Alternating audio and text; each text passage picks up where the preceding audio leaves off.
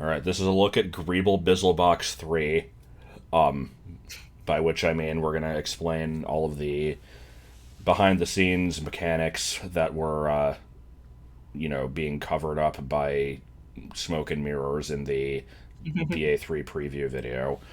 Yep. This is the second attempt at recording this video. The first one was 2 hours and 22 minutes long, and it had bad audio balance, and we kind of lost track of what we were doing sometimes. So Yeah. hopefully It this wasn't will bad, but it be could have been better. Yeah. So there's God, this in just this single screen took like 7D maps. No. we're gonna get to that, but yeah. So yeah, the intro, like all this stuff is stuff that I have talked about in other videos. I kind of don't want to go over it We again. shouldn't recap it, yeah. Yeah, We like kind of did a little bit last time, and it's like, the video's long enough. right. Go see those if you want to know. There might be a couple spots that we touch on again, just as like a reminder. There also might be but some minor differences. Like, I think you said some of the house interiors, you, like, made the furniture darker or something. yeah, I mean that's whatever. But I will point this out. I said this last time. The mechanics for the UT battles are unfortunately unpolished. It's a little bit sticky. Yeah, it's weird because like here's the deal with these. I'm not going to explain all the mechanics again because I've definitely done that before. But in short, there's some stuff going on behind the screen here where you can kind of move back and forth. On this screen, it's moving up and down, and you hit triggers that kind of like update the graphics on screen to show like what the cursor is selecting, and then you press right to either step in a stairs tile or step onto a conveyor belt to side warp, and then that selects the option. And the problem with this is you can't just tap the direction. You do have to hold it for like the amount of time that it takes for Link to move one tile. Yeah. And if you're in a hurry, or especially if you don't know to do that, you can kind of mess it up a little bit. And so like if you're on this screen and you like press down but don't press it down enough and then start pressing right, you can kind of like move halfway between the blocks, and it might lead to like unexpected behavior. So Yeah, it's like, I figure that most people would wait to see, like, the actual bug icon update. I don't really tend to have many problems with it, but it definitely does feel a bit sticky. Like, I know that I can't just tap the buttons. Like, you do have to kind of... Yeah, I don't know. yeah, it's annoying, but I almost wonder if it's even worth having the little icon at the side, or if it should just be like the Electric Boogaloo style, where it's just go one direction for one, go another for the other, and that way it's kind of... Yeah. yeah, I wouldn't really want to change it at this point, but maybe. I know, but... So, in the field, you must struggle to survive. He sold tortillas on the corner. In a balding. Most of this stuff, Will not actually appear in the game. No. yes, no. So yeah, most of the stuff about the field was just a matter of learning how to use the Dance of Remembrance tile set, which is annoying, but not specifically like difficult, I guess. So there's no point in talking about any of that. The Undertale battle system, like I wanted to go over like how the bunny works a little bit. Yeah. So, first of all, just minor point about the graphics on this, because I feel like it's such a minor point, but the way the leaves like fly up from the grass and then float back down was like shockingly difficult to get a good animation for. Josh like poured over this for like a couple hours at least. It was very particular. And I initially made it, and he was just like, "I'm sorry, it looks like crap." yeah. But I don't think you were that harsh. that I was about the fucking brick wall yesterday, but That's fine. anyway, the shaking grass and that kind of stuff is kind of it's basically similar to the mechanic in Pokemon Black and White, so that's kind of where that came from. Then this bunny is a modified sprite from Kid Rad, much like the creepy guy from the town was, except this one is actually more edited. And Yeah, this was the first like Undertale style sprite that I did. And you basically just said that I could just modify that rabbit. So I removed a couple of the original was a 6-frame animation. I made it 4 frames, um, just to save on tile space. Right. Uh, changed the shape a little, changed the face a lot. Obviously recolored it. Oop, my apologies. What happened? It's my medicine. But You can yeah, talk while I get- so yeah, this was always kind of meant to be the like proper tutorial enemy. It's not a difficult fight, and it's kind of also meant to be like pretty easily grindable. Yeah. This thing is like it. This text box here is a reference to Boy and Robot's epic JRPG adventure, and so this thing's just a lot of stuff in this game is just going to be a bunch of weird in jokes. Some of which people have already noticed. Yeah. So, yeah, the idea on this one is you only ever have 2 options. You can either make it split, or you can kick to get the carrot attack. The split attack is extremely straightforward. It just updates the graphics of the background and then throws enemies in here which have random behavior. Then the kick option is also simple compared to later stuff, but just, I guess, it is a good example to explain how combo cycling works. Yeah, this is like a simple usage, so the foundation. The way I like to explain it is a combo is basically just a tile with properties attached to it. So in this case, it's this carrot tile, which is animated a little bit to pulsate. And at first it does nothing. It has no properties, but then like after it goes through the animation, it cycles to the next step, which for the case of this top right one here, it like kind of turns red a little bit. Yeah, like bulges a bit more. And then it goes from that into the explosion, and it also explodes to the side of it, because even though you would never know, the black tiles next to it were also animating, and then when those animations finish, they turn into the explosion as well. And then the other carrot is the same exact thing, it's just on a little bit of a delay. It basically goes through a couple more cycles of the original animation before it changes to the new one. We're going to kind of assume some basic Zelda classic knowledge here, but just a very, very brief recap. So combo cycling is where you set a combo to animate and then turn into a different combo when it's done.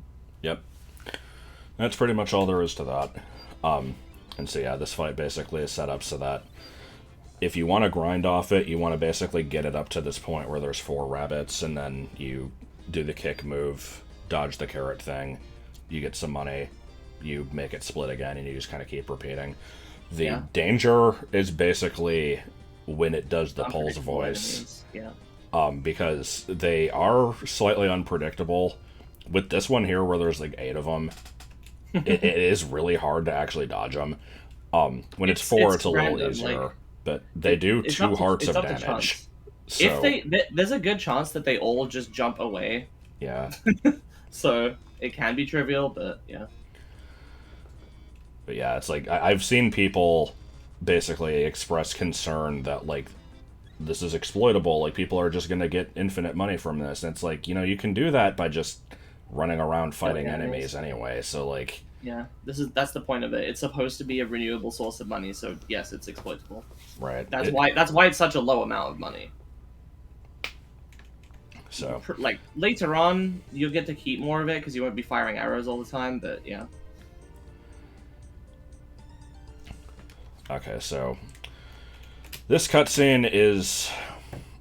I'll go ahead and show this one in ZQuest. It's Sure. This was one of the first cutscenes that I made. Yeah, so there's 3 of these sign cut. Oh, good. I love this, by the way. Sometimes ZQuest just fucks up and does this with transparent layers, and you just press B, and it's like, okay, we'll fix it. It's like, what happened? Why can't it just do that by itself? But so yeah, there's 3 signs in the field. This one was the one that I did first, and I have a video that's like, making a sign to do 2 different things in ZQuest is surprisingly difficult. It kind of goes over these mechanics. The other ones are effectively the same thing, but like slightly more annoying. So yeah, and that's mostly just because of the way these screens are set up. Because this one has the fireflies. Yeah, the way that this one and the layered like to rain. Since it's night right now, this is a good time to show it again. The any screen that has fireflies has them on layer 6 so that they can appear above the day-night cycle, which means that when it's day, you can't see them because They they are blend in always with the there. flowers. But yeah, they are always there. So if we get rid of those, then the way that this layer it works is, you have is the water off? Yeah. What the hell? Yeah, the cliffside basically, and then you have the water, which is a transparent layer, and then you have like the flowers and stuff. It's not terrible, but it took, most of the layers to do this. And then as soon as we start introducing cutscene assets, it started getting really bad. Yeah, So, because anytime you're in a cutscene, remember, pretty much anytime, you're going to be in like a little pool of water so that you can't use your items, and we have to cover that up. yeah, I'll And then show if we that. have any other complex mechanics, like for example, mystery appearances, every time he appears and leaves, he has to get pulled in on a conveyor belt and then leave on a Right. conveyor belt because his animation is tied to an item. So yeah, here's the breakdown of some of these screens then. Like this screen just was sorry. This screen was just irritating to set up. Didn't you make a comment that like every time you pass through this screen you're gonna just burn it? um, I don't remember that. but yeah, I so there's believe it.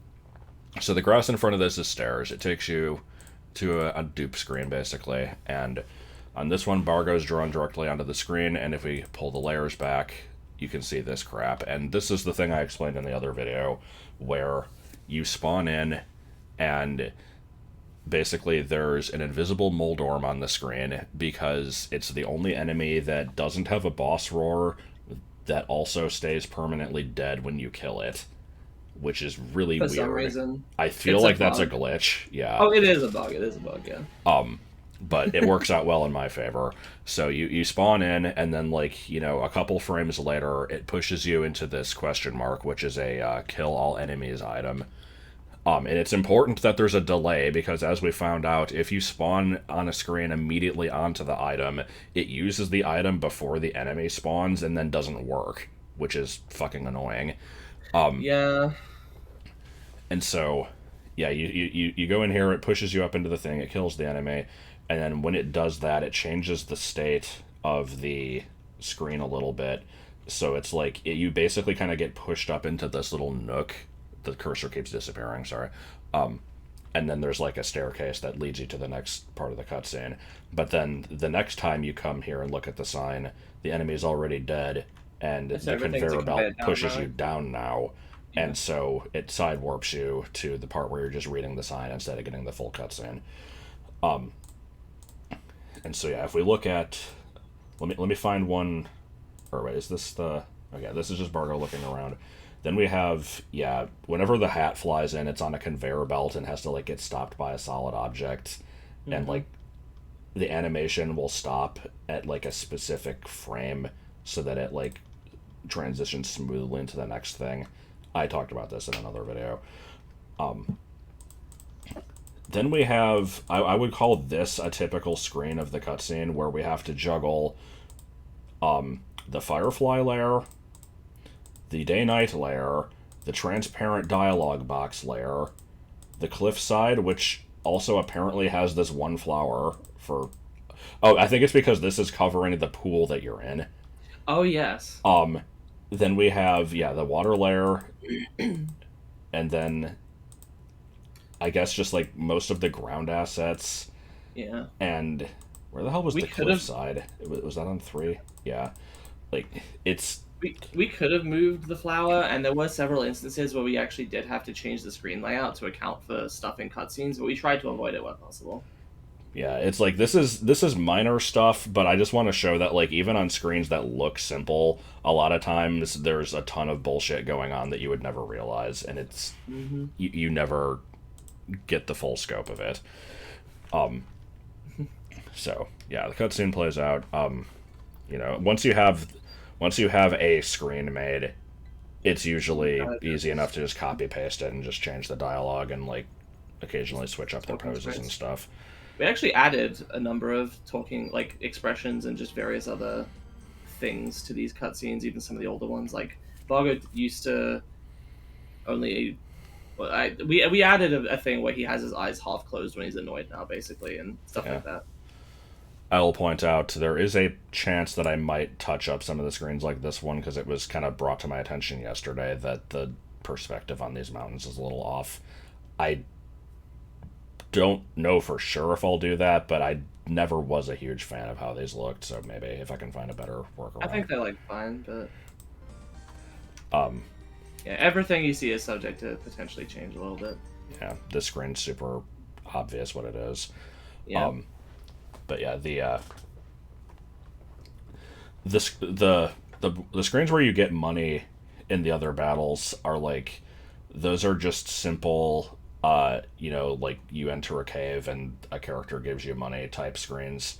But normally those are one-time use, and it's because in Zelda 1 they use screen 80, which is, I don't know how it works in the actual NES, but in Zelda Classic at least, it's basically sort of a generic screen. yeah, it's kind of like it's like a, yeah, it's just a generic screen basically. Like wherever you are on the map, it kind of points to this and like transfers its assets into this. So it's kind of like, tell screen 80 to contain this message string, this behavior, or whatever, and you'd use it and it's gone.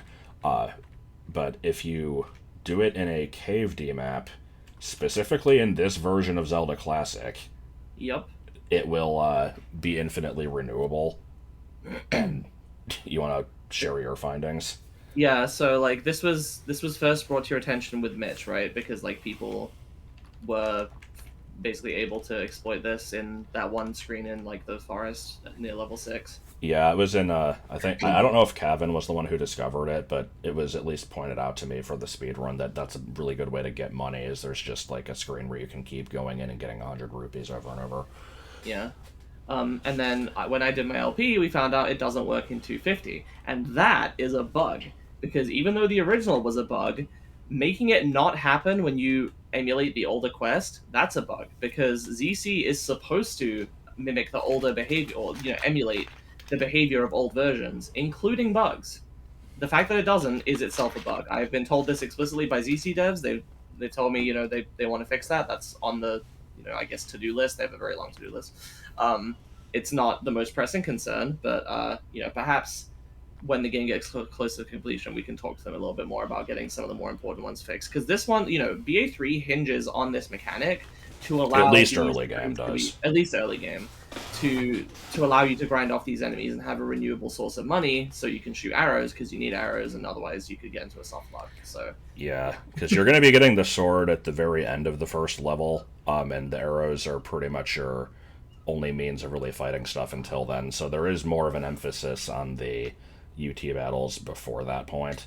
There's still going to be more after it, but they're not going to be like as important. They're more there just for kind of flavor and that kind of thing. Several people have like expressed concern for some reason that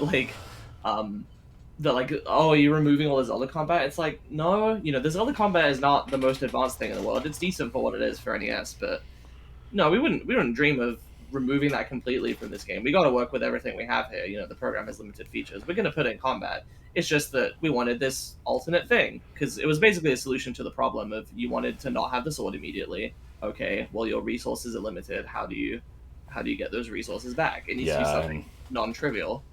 So yeah, the way I explained it in the first draft of this video was that I don't mind the Zelda 1 combat. I think it's fine.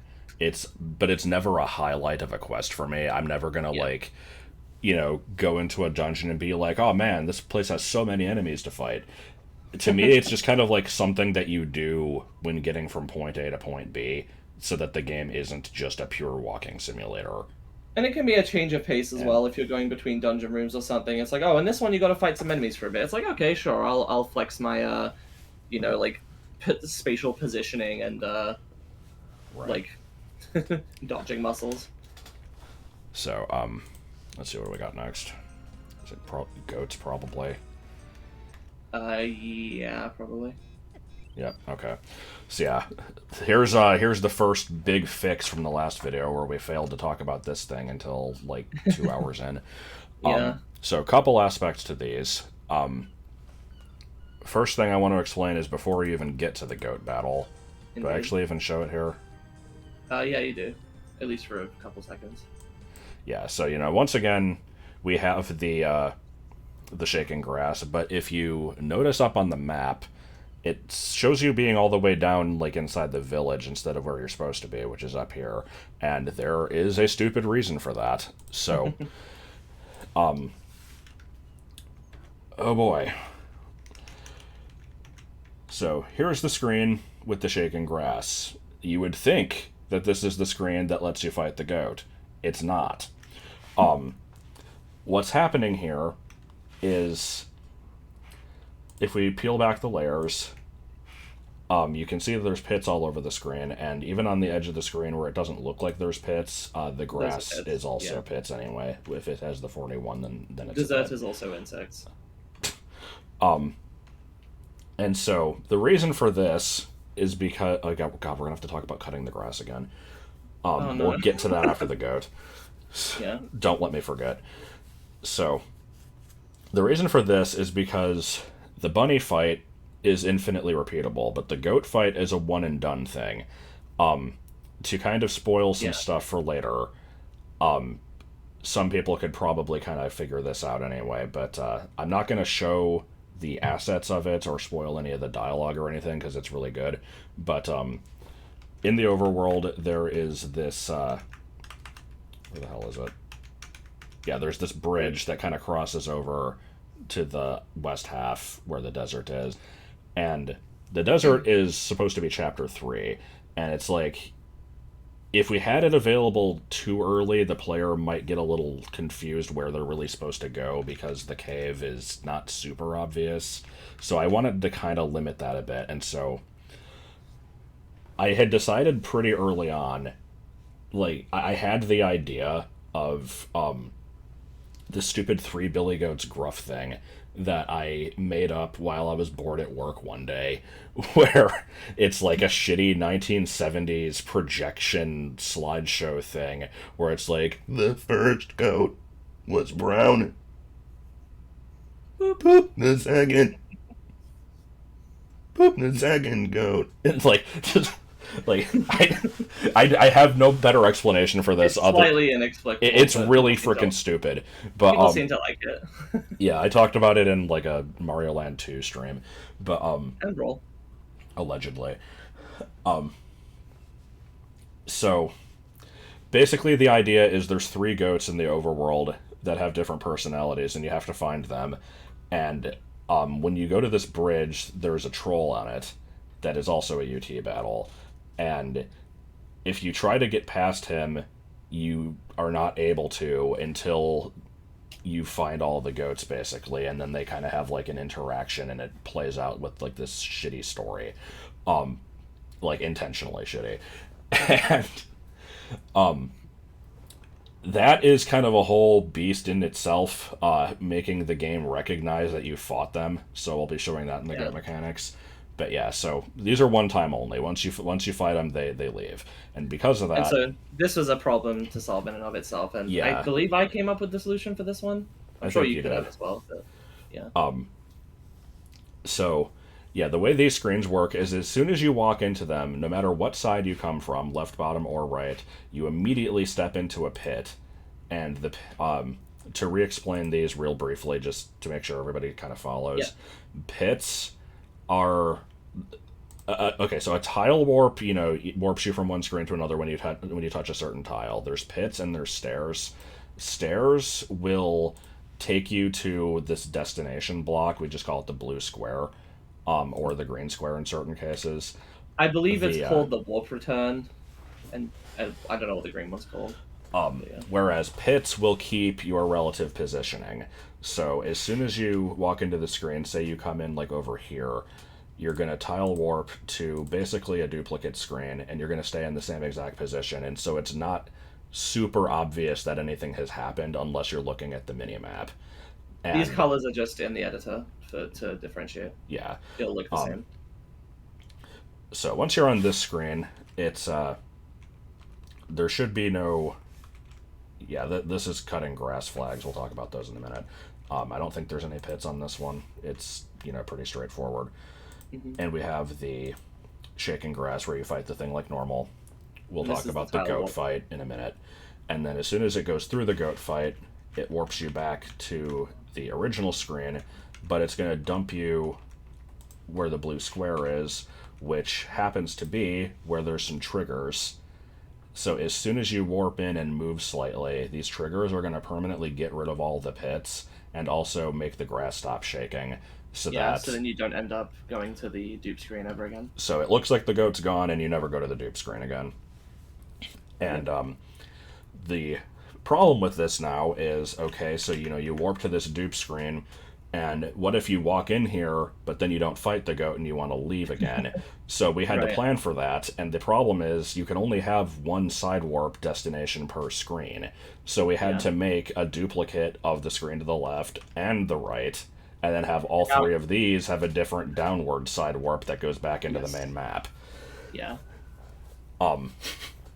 This was the most complicated one. I believe the other two were set up in such a way that we only needed like 1 or 2 dupe screens for those or something. Yeah, thankfully this one over here is on a dead end, so it kind of wasn't too big of a deal. Yeah. The other one is like over here. This one was also kind of annoying, honestly. But so that's how that works. The actual and then to actually save fight. The fact that you've let's go over the goat fight itself. Yeah, so we have... I actually didn't even talk about the bar attack last time. It's simple, but we didn't talk about it. Yeah, okay, so I'll let you handle this one. Okay, so in last year we had a pair of award-winning videos called Big Dip at a Bus Stop and Big Dip at a Bus Stop That Actually Works, in which we described our troubles and adventures attempting to figure out the particulars of combo cycling. So as I mentioned, get to where the fight is in game. Okay. So as I mentioned earlier, combo cycling is where an animation finishes and then the combo with that animation turns into something else. There's 2 properties relating to this. There's the number of animation frames that play out, and there's the speed at which they play out. The speed is how many additional ticks in-game it waits for before switching to the next one. It's not how many ticks total, it's additional. So 0 is actually like displays it for 1 tick. It sounds confusing. That's because it kind of is. Yeah, you just have to. The way I think of it is, if the animation speed is 0, it waits 0 frames before playing the next one. So it's a different frame every single tick. Total tick. Yeah, that was the other thing that complicated it. Was I hate. Yeah, there's frame as in the game runs at 60 frames per second, and then there's frame as in animation frame. It's kind of annoying. And there's also a little bit of confusion about like. I'm pretty sure that the ticks, like the number of the frame speed used in the editor, refers to a 30 per second thing, because from testing, I think that's what it's resulted in, but maybe, I can't remember if that's just like the animation. Yeah, I don't know, because like at least in Zelda Classic, like you can put up a frame counter and it says 60. The game definitely runs at 60 FPS, I know that much, but I think that's just for enemy behavior and other stuff like that. I think anyway, that's beside the point. Whatever, you can adjust for that.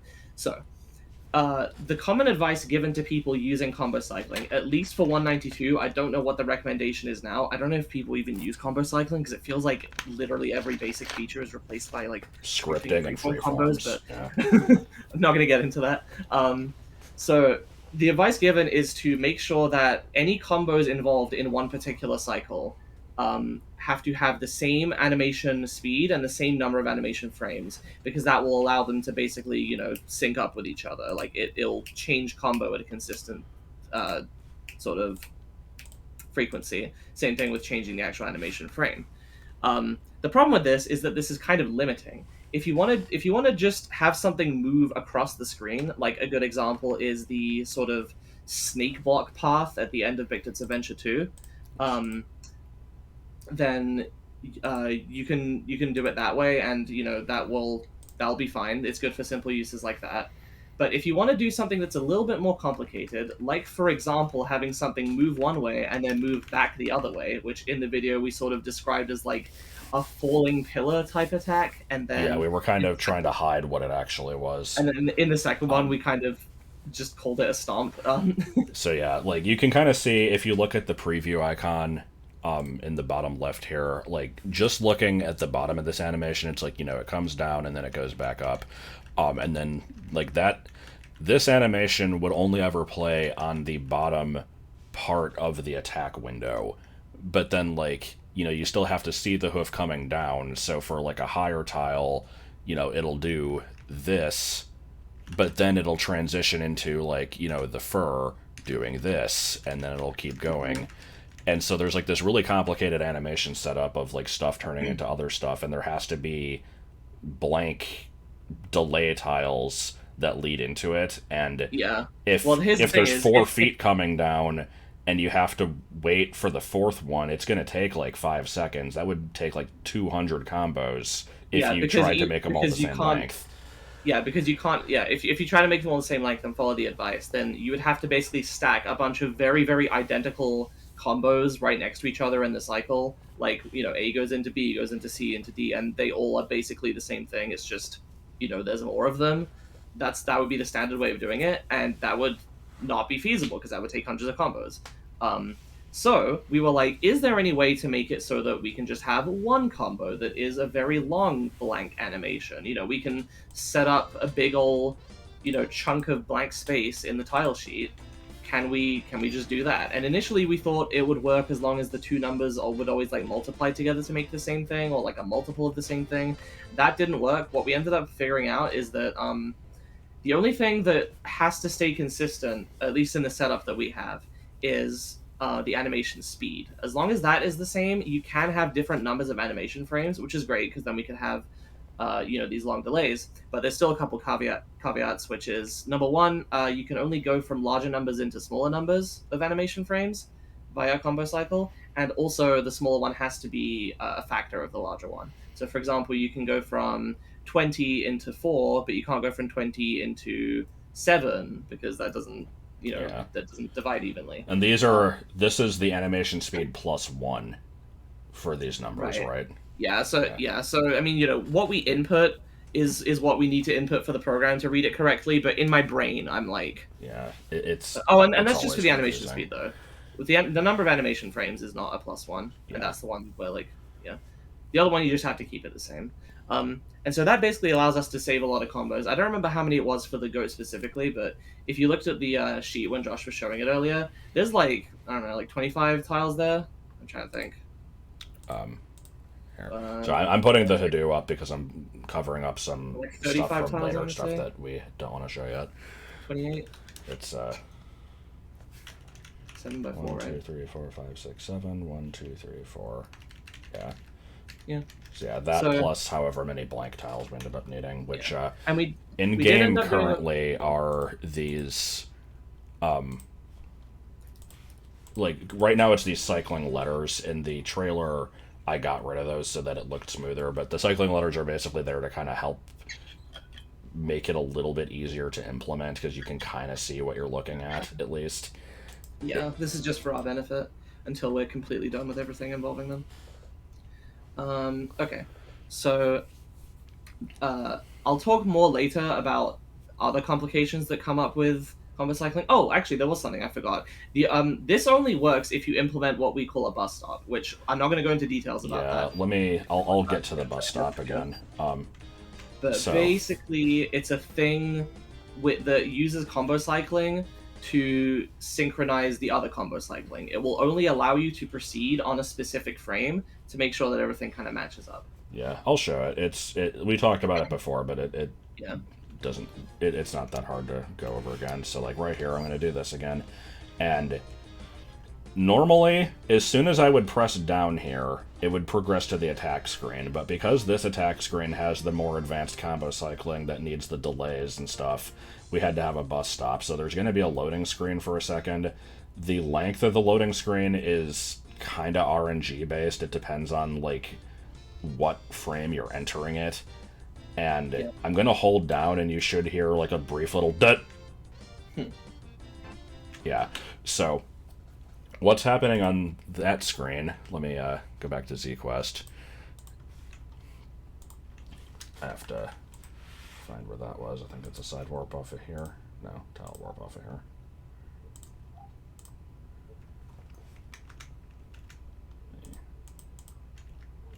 Okay, so yeah, what's happening on this one is it's first it's setting up the Mr. Appearances hat, which is an item that does nothing.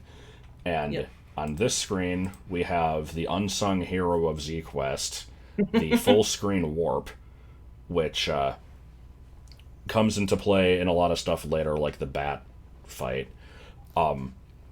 Basically, if you have a screen set with this, the name of this thing is fucking terrible. This does not explain what it does. And I saw this option for years and never knew what it was and ignored it.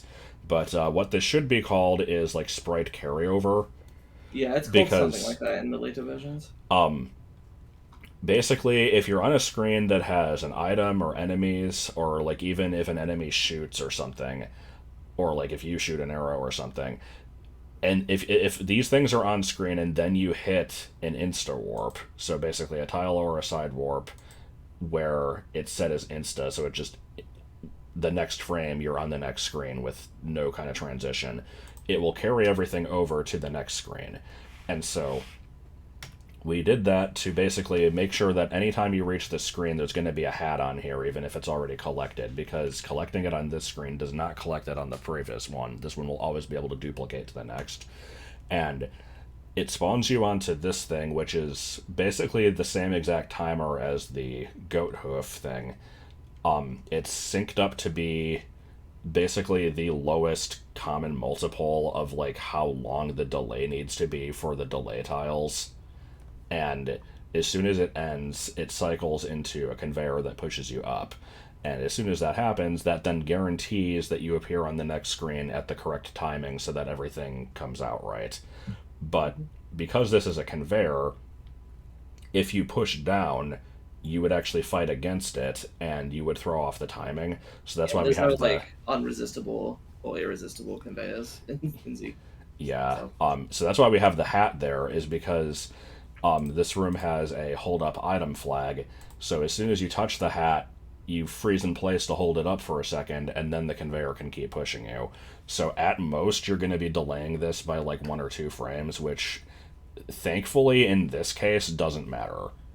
Yeah, there's like in the video before we talk about a sort of window of leniency that I theorize that this is playing off of, and I'm like, it almost kind of even seems like the window doesn't matter, but it ended up coming up later, and I was laughing at that when I was rewatching those videos. Yeah, we'll get to that. We'll get to that. So yeah, honestly, this whole setup I think you came up with most of it, and I honestly think it's kind of genius. Like, Thank you. The hat thing was such a perfect solution that like I'm amazed that I've told this story. I've told this story before, but basically we were just like, the problem is you fight against a conveyor. It would be great if we could make you unable to move. And I thought a little bit, and I'm like, what if you hold up an item that you start moving? So we did that, and it worked. So where's the? I wouldn't give me too much credit though. I feel like I only came up with the hat thing, and then I like did the calculations. Other than that, you had the basic idea for like synchronizing it with the conveyors and the combo cycle. Yeah, either way. So yeah, that's the more complicated of the attacks in this fight. There's also the Ba attack, which I'll show real quick. That one is honestly, it's basically the same as the carrot, except just kind of extended. It just moves differently, yeah. Yeah, the way this one works is, so as soon as you're on the screen, every one of these 16 black tiles is a combo cycle, and they're all just triggering at different points. So this one over here turns into the left edge of the B, which then moves in further and so on, and then shows you how the A is. Yeah, and it's like this one activates and so on. So they're all just starting at different times. We didn't talk about the bot tech last time, and there was something I want to mention with that once we're done with the mechanic. Okay, go ahead. Sorry to interrupt. I just didn't want to forget it. Originally, I drew in this really basic, stocky, sort of straight font bar where it was just one letter per tile. It did actually. I don't even know if it slid along initially. I think once I started doing that, you're like, no, we can't just have it look like that. We gotta give it some flair.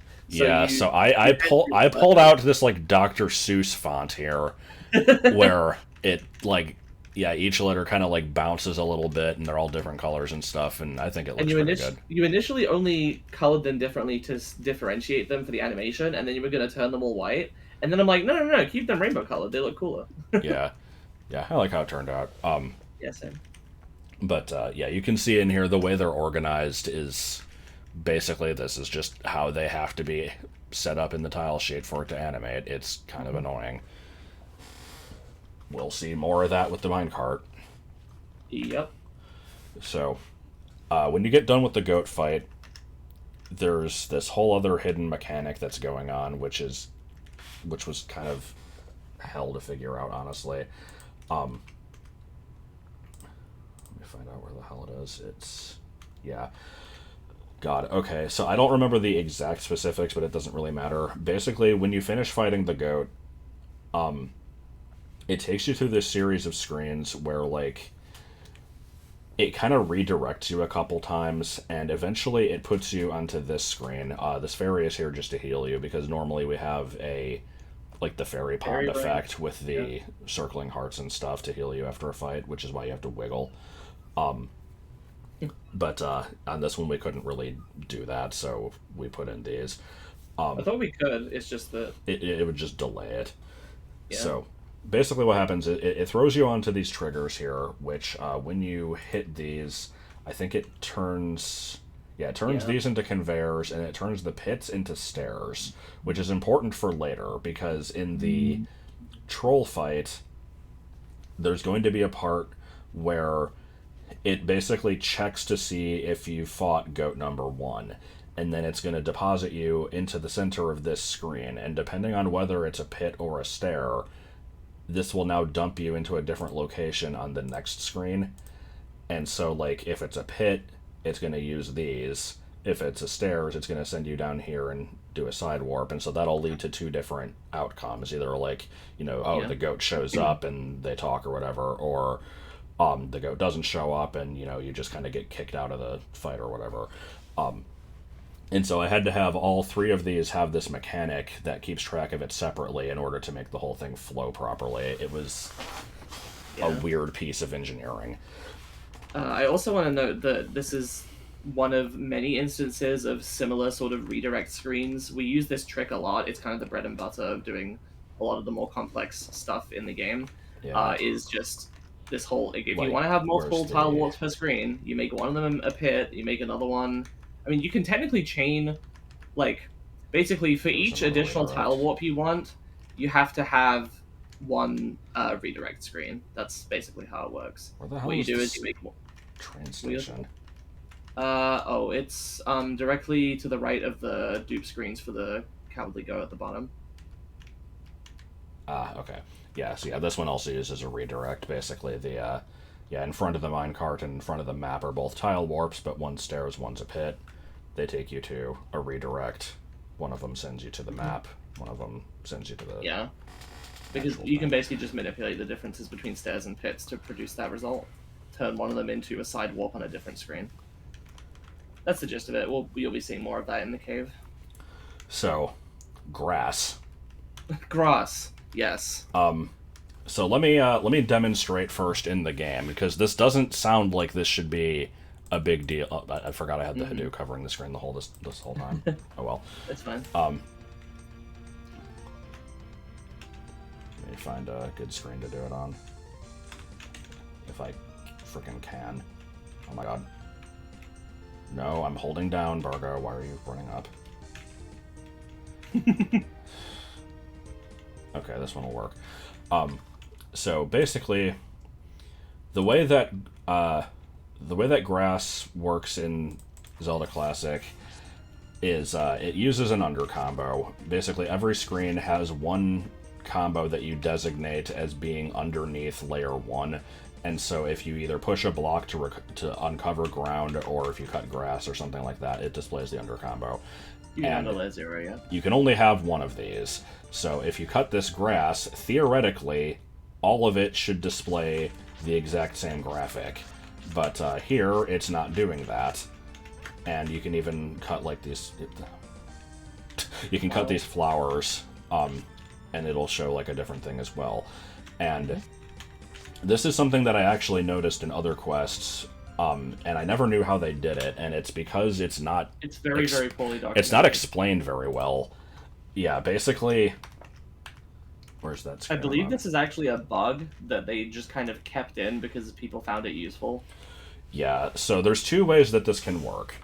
The simple The way and the easier complex way way. is basically you just set secret flags, which normally these are the kind where it's like, if you trigger something like this, you use a bomb on something, you burn something, it'll do its thing, and then it'll also change these. Here, there's no trigger to actually make these change, but This because just they're works. set, the game just somehow knows to use that graphic when you cut the grass, which is fair enough. But then we have much worse cases, like, this is a goat screen, so this one's complicated as hell. So this has secrets on it, which means we actually then- can't use the secret combos. Yeah, then there's this one where you burn the trees.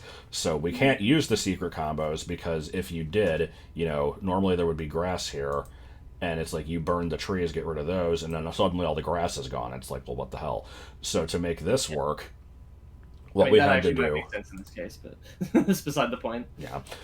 So what you have to do in this case then is on layer 0, you draw the grass like you normally would, but then on layer 1, which does render above layer 0, you show all the cut grass. So like normally, looking in ZQuest, every screen with all the layers turned on is exactly how it should look in game, but here it isn't, and it's because on layer 1, on layer 0, we have all of these, which are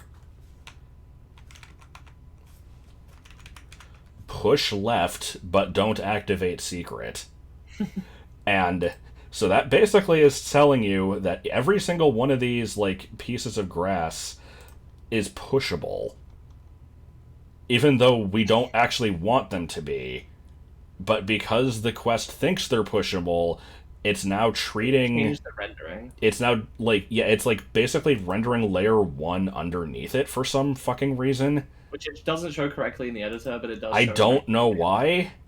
It's, And- the reason is that this trick, I believe this one actually is intentional, and it's for use with, like, the pushable rocks and stuff. Like, it's for uses where you are actually pushing stuff so that you can push over different types of ground. Yeah, it's weird that it works this way, though. Yeah, it's like anything that is pushable on layer 0 will render layer 1 underneath it once it's pushed or cut in this case. But then it's like, so we didn't want the grass to actually be pushable, so on layer 1 we put in these, which are no push Which doesn't block. work, by the way. Like, rather it does, but I checked it and it didn't, and now it does, and I've been very confused about this the past few days. I don't remember. Like, I remember having issues with it, but it does somehow work now. Yeah. I have no explanation. Maybe it just didn't work in 250 or something, I don't know, because I've tested the quest in 250 and most of it breaks. So, whatever. It works in some capacity, and we'll have to figure it out again later when we get to the forest. I don't fucking know. Also, very minor point, but I have to mention this screen. Oh, yes. So this one was another doozy to set up because of layers. The way that this screen is supposed to work is that there's bats that I specifically have spawning inside the cave, and they're supposed to fly out. And the problem with flying enemies is they don't care about solidity. So usually, like, if I didn't do anything special here, they would spawn in here and then, they would just, like, fly out of a wall or something. So Yeah. I had to have these no-fly zone blocks, Basically trap which them do in there. exactly what they say. And yeah, it basically keeps them contained within this cave, and they can only come out the entrance. And so then, this is what the screen looks like normally, and then I have the other layers kind of hiding all of these assets. Plus, doing the usual day-night and fireflies and all that crap. Yeah. And originally, I was worried that, even with them flying out of it, it was a little too subtle. So I kind of did everything I could to make it more obvious that there was something here without just spelling it out. So I have, like, an arrow that forms with the fireflies. That was a recent addition, though, because before that, Yeah. we had torches up there, and they looked bad, but specifically because of interactions with the day-night cycle. We had to basically cut holes in that, and it didn't work, so... Yeah, here, let me see if I can speed it up. Basically, yeah, I had to have the torches on top of this, and it led to a situation where, like, I didn't want this to be dark How did you because speed it up? if you click on the, like, interface, it makes the frame rate way faster. Oh, what? Um, I didn't know that. I don't know. So yeah, I had the torches there, and it's like, okay, well, they should be lighting this up, so let me cut a hole out of the day-night cycle and, let that come through. And it kind of looked like this. So it's like, if it wasn't for the fact that it's chunky, it would be okay, but there was no way to make it not chunky without making a million more tiles, because every day-night cycle tile is 48 tiles. So, Yep. like, no, we're not doing that. So, I think that finally kind of covers everything in the overworld. Yeah. So we can go ahead and move on. I do like that another use for the sort of Firefly arrows came up, though. Yeah, because there's already one here indicating a secret, and now we have another one. We'll have to keep an eye out for other places to implement it in later areas, because I like the idea. So anyway, yeah, you head into here. There's like hidden staircases, and they take you down to these screens. And I'll point out on this one, since we're here, the Candlecross Chasm is it's one and done. As soon as you complete the level, you can never come back in, and that's because like when you get through the turtle mini boss, there's a thing that triggers a boss flag, and so the cave dungeon, or the turtle mini boss D-map and the D-map used for the field share the same level number, and so if you beat something designated as a boss on one screen in a level, it'll kill the bosses on all other screens of the same level that also say that they have bosses. So you can have a trigger enemy which is invisible. It's invisible, intangible, does nothing, has no behavior. It exists only to exist to be killed with boss flags. Yep. So I have that on here, and it's set up Or so kill that, enemies. if when the thing when the thing activates and it kills the enemy on this screen, it'll basically spawn in all these boulders that block off the tunnel, and it'll also get rid of the lighting, I think. Yeah. So, yeah, that's just a thing. This screen, pretty straightforward. You come in, you shoot the things, and it turns the floor into stairs. Specifically set up in such a way where it's like, if you're standing here and like fire an arrow and you're like, yeah, I'm gonna fuck everything up and go down and like try to get out of the way real quick. I checked frame by frame, and there is no way to avoid this. You're gonna be standing down here and then it's gonna suddenly warp you up here for the cutscene, but what you gonna do? Yeah, not much we can do about that. So the cutscene is kind of the old-fashioned, display an animation, and then after a few seconds, cut to the next part of it, and then so on. But it turned out looking pretty good. This is the one that has the falling rocks, I think. Yeah. Yep. And that'll then cycle into the Mr. Appearances cutscene. Eventually. Yeah, you have the blinking eyes and all that stuff. I made this cutscene and I was quite proud of it. Well, No. you made the no sprite. But, Yeah. I love this thing. Yeah, this one's pretty easy. Nothing really to say about it.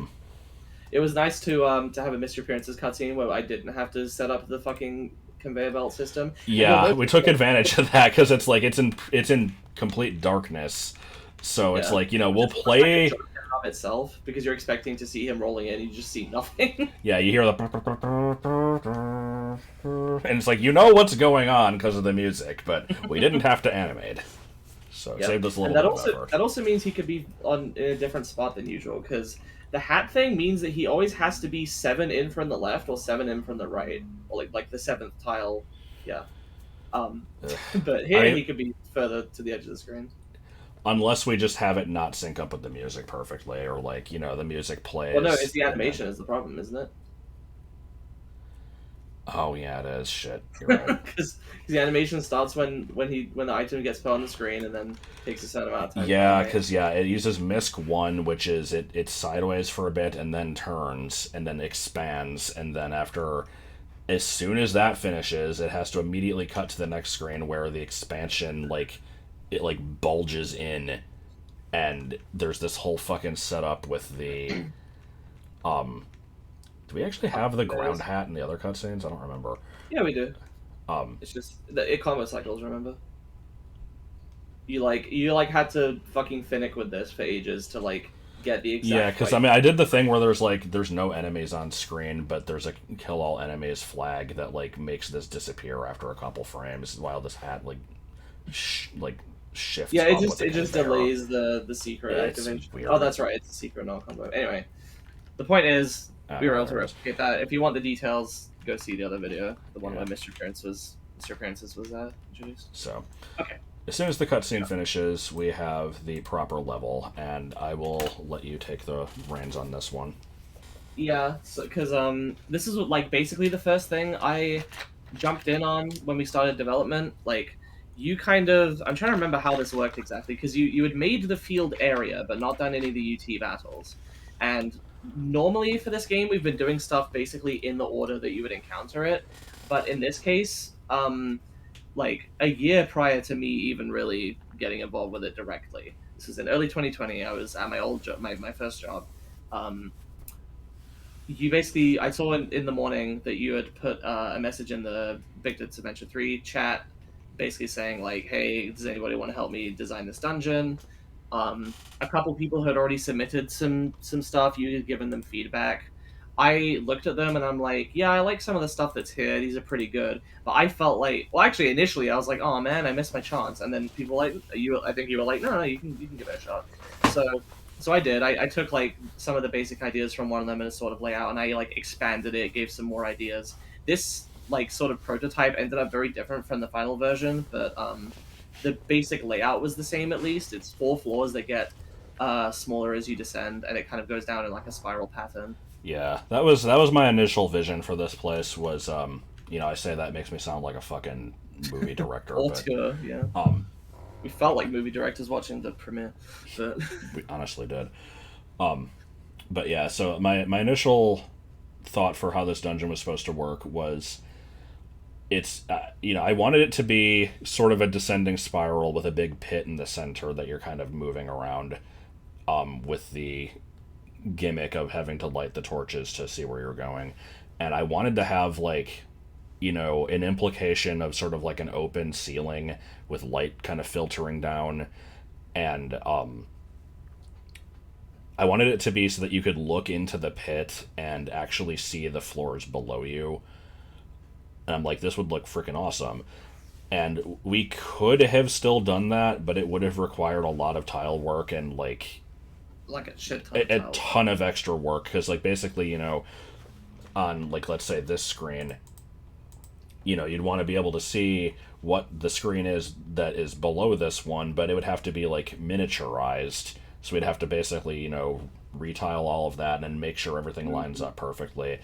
And there's part of me that's like, oh well, what these narrow platforms are so unrealistic, there has to be a foundation for them on the screen below it so it makes sense. And we're like, no, fuck it. I don't think that has to be. I think that could just be thin, spindly rock, extending between these things.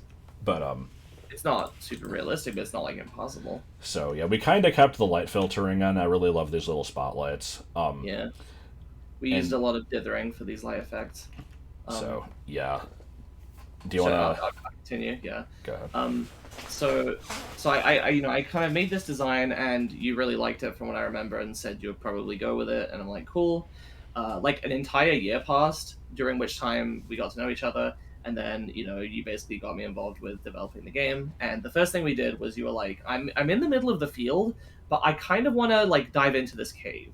I want to implement this idea that you've made. And so the first thing we did, basically to put off making the Undertale fights. Yeah, it kind of was. But I appreciated it. This was a better introduction to the project, I think, for me. Yeah. and to how much fun it could be. Because like I don't know about you, but this is like some of my fondest memories of working on this game was this initial cave stuff that we worked on over the course of a few weeks in sort of late February, early March. Yeah, it went pretty well. It hit some snags, but we figured them out. It's always good to actually be making like an explorable area and not an interactive cutscene or behind the scenes mechanics that are never going to be seen by the player, that are just there to prevent you from fucking the game up by holding down. Yeah, there's so much effort that we put into stuff that most players aren't going to interact with, because it's like, oh, this works fine unless you do this. It's like, why would you do this? To try to fuck it up. Why would they want to fuck it up? I don't know. But because people are assholes.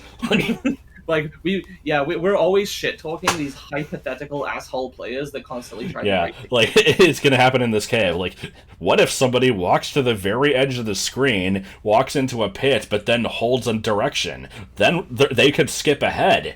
Like, you gotta prevent that. Yeah, which you kind of joked about this with like in the BA2 LP, where you're like, you kind of question this. You're like, I don't know why I want to prevent people sequence breaking so much when I like sequence breaking, but there you go. It's different when it's your own game, I guess. Yeah. But yeah, so in the course of implementing this, a lot changed, but the basics kind of stayed the same. There was this through line of core concepts that you communicated to me. Number one being it's a cave, you're descending, it's dark, and you got to like light the way with these arrows, and there's these spindly paths. And this kind of evolved into like, initially they were really simple, just like kind of winding paths, but then we were like, well, no, you can guess these. We need to make this like, you know, so here I'll go ahead and demonstrate one. So on a standard screen in this cave, we have the normal layer where most of the things are drawn. We have layer 1, which is for like grounded details and stuff for like, this is the same as the grass mechanic, where like, normally these boulders would render above these little, I call this like the speech bubble impression. You have that, and then we have layers for lighting. And so basically every screen without the lighting on it is going to look like this. And we have layers 5 and 6 completely dedicated to that, where they're transparent sheets of black with holes cut out of them. So wherever there's a torch, we have a complete circle cut out around it with a dithering circle around that as a 5x5 tile this arrangement. uses 25 unique combos. Yes.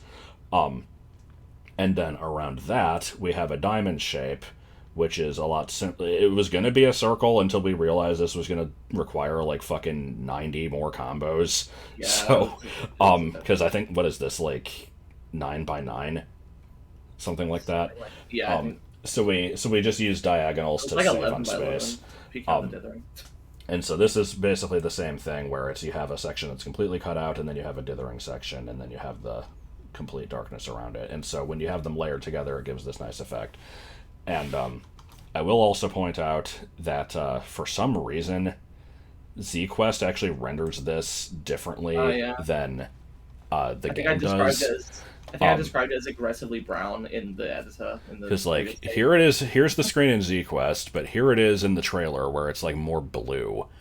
And it actually looks nicer in the game, I think. Yeah, it's more, there's a bit more complementary colors going on instead of it all kind of being the same range. Yeah, and I think, like, so the way that the game does this is, whenever you have a transparent layer, the program is basically adding together the RGB values of the lower layer and the higher one, and then averaging them out, and then it produces, a color in between. But it doesn't just display that color. It will display the color closest to it that is available in any of the game's palettes. We think. That's our hypothesis. Something like that. Really tested this, but... Like, it's weird. So that, like, I don't know if maybe the one in ZQuest is like actually 100% what it should be, and then I think that's what it is. Yeah, is just getting the closest approximation. So we're gonna have to be careful adding new palettes, because it could fuck this up and make it look worse later on if we add more browns. But so that's basically how this lighting works. And then when you get to screens like this, we're gonna ignore layer 4 for a second, because that's its whole own can of worms. But here's a standard puzzle. You shoot through the torch, you have to hit the other one, and these screens always had to be set up in an extremely specific way so that you could never like get behind the torch and shoot the unlit one, because Right. this is just expecting an arrow. There's nothing that checks if it's going through one, so we just had to There's force no way it. to do that. And so when you do that, what's going to happen is on layer 5. Actually, okay, yeah, no, this is a bad example. I don't know if there's one that would show it off really well. Let's see. Because it has to not have the layer of darkness. I think maybe... Okay, yeah, this one has it. This one you actually light with the candle. But, yeah, the way that these flags are set up... First of all, layer 0, it expects the flame. It just activates everything. This changes the embers into the flame.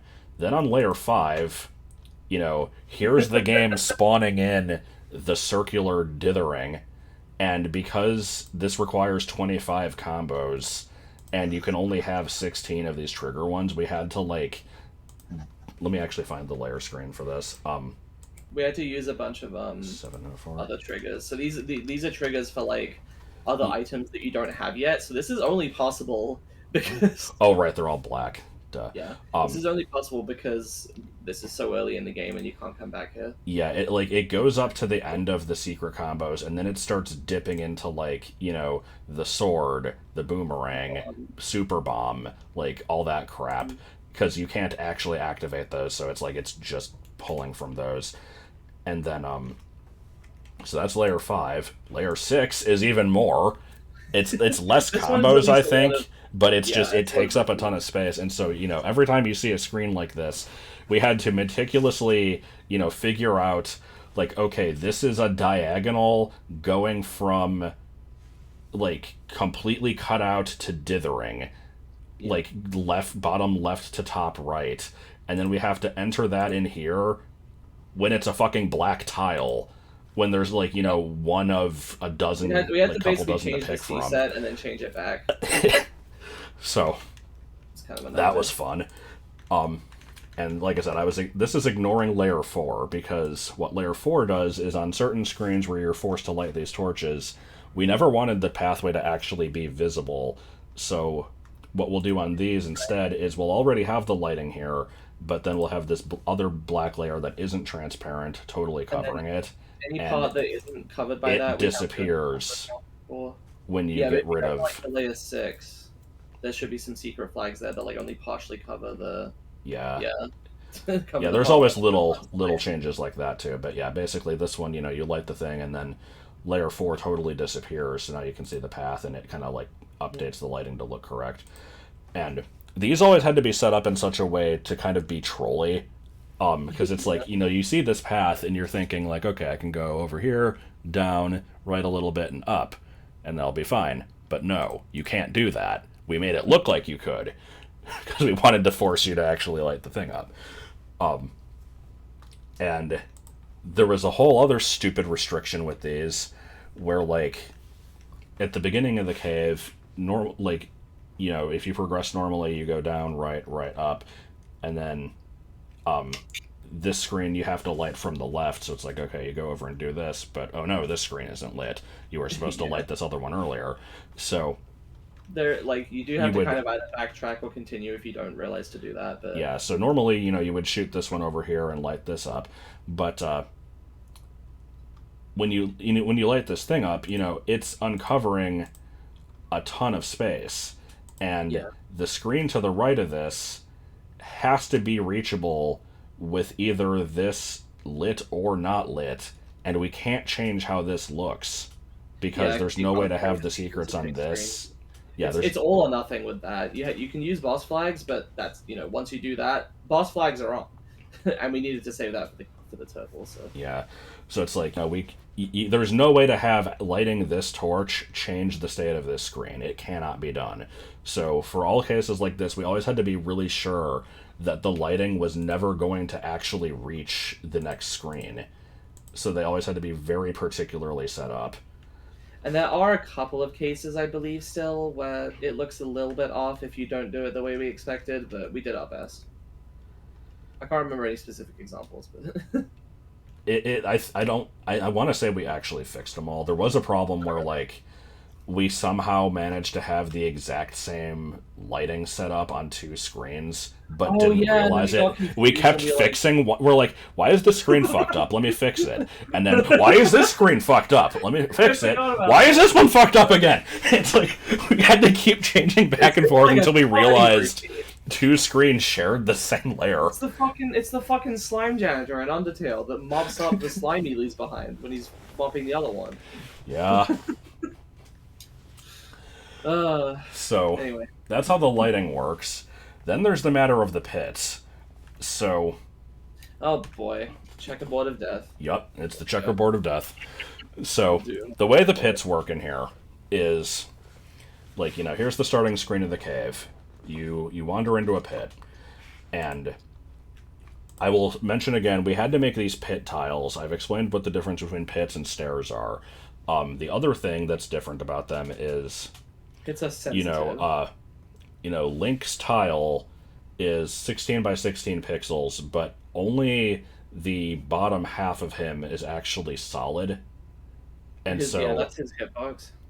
well, I think you can still be hurt by like projectiles that hit the top of you or something. But Oh, really? Okay. um, It's but it's your box for solidity and for yeah, like your collision with- box basically is an 8 by 16 rectangle in the bottom half of your sprite, and so that's why you can kind of like walk halfway up into blocks.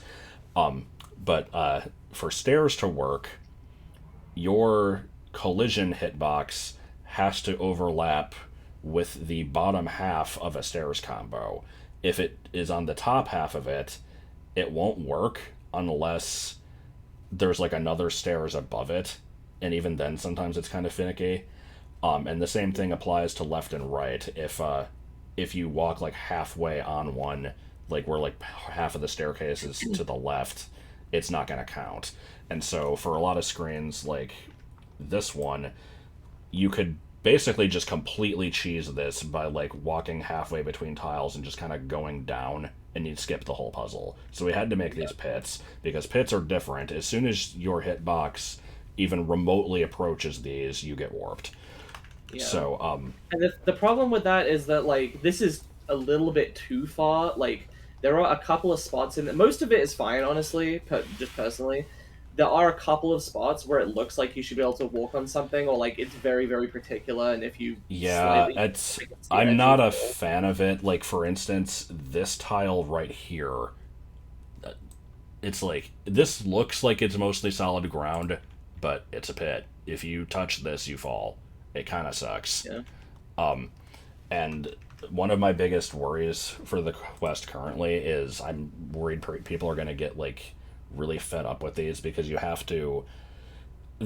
I made a good comparison in the yesterday's video. I said like people who are new to Mario 64, didn't grow up with it as like their first platform or whatever, like find the controls on that kind of awkward because if you're not used to it, you'll do weird stuff where like you try to turn around and Mario does like this whole circle and he'll like fall off a ledge and stuff. And eventually you kind of get used to it and you know how to work around it. And Zelda 1 is sort of the same way where there's a grid for like there's every visible tile, and then there's a second grid that's like offset diagonally by 8 pixels, so it's like you can stand halfway in between tiles. And as soon as you like fidget slightly out of this, let's clarify. You can stand at any pixel position, sort of. Yeah. When you turn, it will snap you to one of these 8x8 grids. Yeah, that's the thing is you can fidget between these, but yeah, if you turn 90 degrees when you're not exactly on the tile or halfway between another one, it will snap you to the closest available one.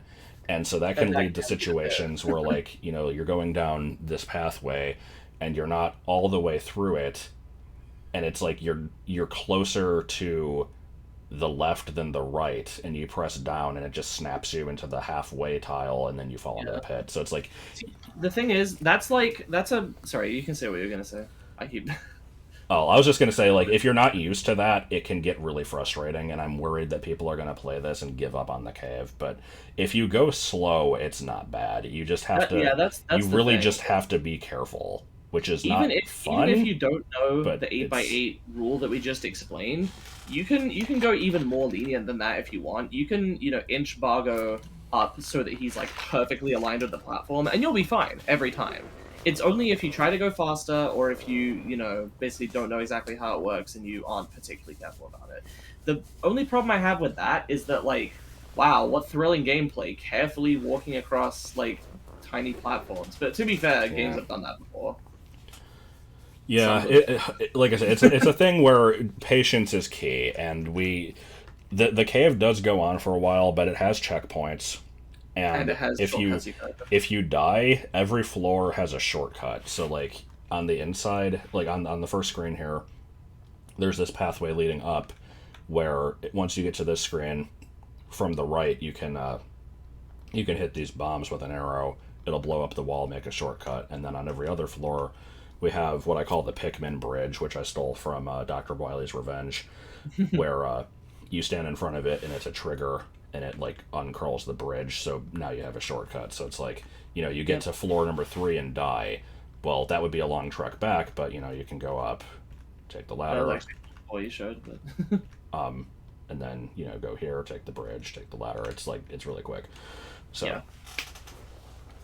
but yeah, as for the pits, the way the pits work is you touch a pit, it warps you to another screen, and this screen is going to be a redirect. And so let's say you walk off right here. Now you're on this redirect screen where everything is stairs. So as soon as you fidget slightly, you're going to activate the stairs, and it's going to warp you to another screen where you have like you're stuck inside one tile. You get damaged by the floor.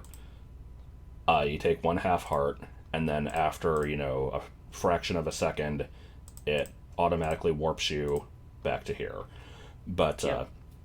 And there's one of those bottom screens for each checkpoint. yep, I believe there's so 3. not every single screen has a return. So like let's say Yeah. you go down and you go right, and then you fall on this screen. It's Sorry. gonna tile warp you to the stairs, side warp you to the damage, side warp you back to the start. But Yep. if you get to here and fall off, it's going to treat this as the new checkpoint. So every screen from this point onwards until the next checkpoint is going to cycle back to this one. You now may be thinking, what happens if you cross a screen in multiple different places? Which checkpoint does it take you to? That's what the check. Well, actually, that's not what the checkable does. Yeah, there's a couple aspects It is of it. what the So like, alternate screens are for. so like this screen, normally you would come up from the bottom to do this light puzzle, and then puzzle in quotes. It's the same thing every time. Yeah. But yeah, it's like you come up, you do this, and then you loop around the level a bit, and then you come down onto this platform. And now you've passed through quite a bit of stuff. I want to have a new checkpoint here.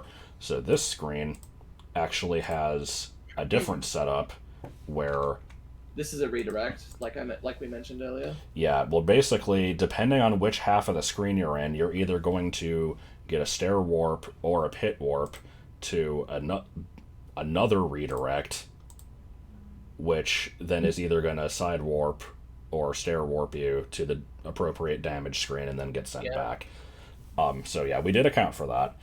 And the other stupid thing with these is I kind of mentioned earlier, there could potentially be a way to screw stuff up if you know what you're doing. So let's say on this screen, you're on the very edge of this platform, and for some reason you press up.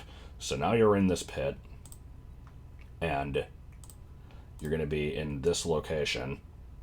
What if you're holding right?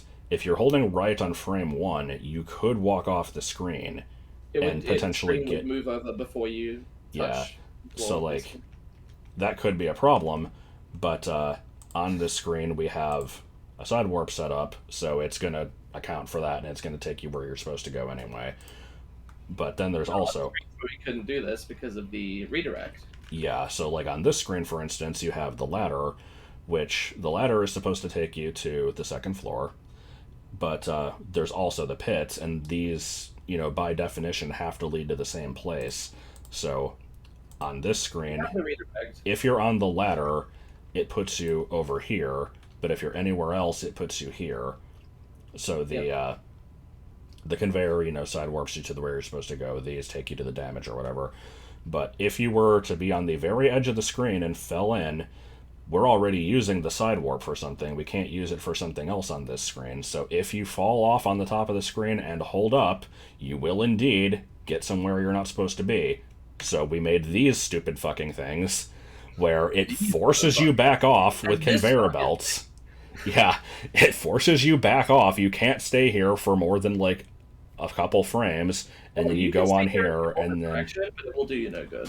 Yeah, it'll force you back into the stairs. Basically, you're just delaying the inevitable. And if somehow you end up warping to one of these screens directly, which should not be possible, but if you do... Yeah, you fall into a damage 4 and you die. Because that's only happening if you have somehow, like, really fucked with the game. I don't know how you would manage to do this unless... I'm pretty sure this is impossible. Yeah, like, because there should be nothing directly pointing to these, but... Yeah, unless you somehow get this running in 183. We do actually know a way, but we're not going to talk about that. Oh, God. If you manage to get this in 183 and then somehow perform, like, a wrong warp or something, you could potentially end up here. Right. But, yeah, fuck you if you do that. So... I think that mostly accounts for the cave. Let me actually go back to the video. And the bats as well. Oh, yeah. Yeah, let me just make sure there's nothing else we're forgetting about in here. But, the aesthetic of the cave actually subtly changes as you descend it. So this top floor has grass and, like, fallen boulders that you push. And then those basically disappear after this floor. There's, like, one more instance of pushing boulders on the next floor, and then they go away. And then also, these spotlights start to go away, and they start to get replaced with, like, these sparkling crystals in the pit, which they are on these screens, but there's only a few of them. But then on the later floors, they're, like, fucking everywhere as you approach the story. Yeah, we wanted to make it, it's basically just something else to kind of sell that you're descending, because, you know, they're at ground level where the plants are, there's a little bit more light here, and then as you go down, it starts going away. Yep. I think there's also fewer bridges. No, actually, that's not really true. Okay, so the bats. Yeah, the bats are mostly simple, but I'll cover them anyway. So there's 2 enemies in the cave. One of them we're going to keep a secret for right now. It's nothing majorly impressive, but, you know, don't want to show all the content. So the oh, this is a redirect, I think. Would have to be. Yeah, so the bat fight, you have the option to either charge through or sneak past, and the charge through screen is very simple. It's just this is the first instance, though, I'll say, of leaving the screen. That's not just survive a certain amount of time. This one you actually have to perform an action, and I, for one, am interested in doing a lot more of these. Yeah, they're kind of cool. So yeah, it just spawns in a bunch of bats. I'll mention, actually, in the trailer, there's a mix of blue and red ones. We changed them to be all blue because we're going to save the red keys for a different type of enemy later on, I think. Yeah, it's a little unfortunate to lose the variety, but yeah, yeah, that's limitations for you. I might put some actual bat enemies in here. They're faster and more damaging, so maybe just like 2. But, so yeah, you run through, you get the money, that's it. This one's more interesting. This one spawns the enemies like this, where there's 2 of the regular keys in here, and then on the sides you have 4 more keys and 2 bats. Again, the bat is it's not a Zelda 1 enemy, it's basically a faster version of the keys, and it takes more hits. Those are trapped within... Where the hell is it? Yeah, 44 is a no-fly zone type block, so basically they're trapped within these little rows here. They can't actually get to you. But these water puddles are pits, and so whenever you touch them, even if you know, they were originally going to be triggers, but we made them pits because they're more sensitive. As soon as you touch one of these things or get knocked into one from a bat or something, it's going to tile warp you to an identical screen where, you know, at this point nothing special has happened except the no fly zones have disappeared. Yeah.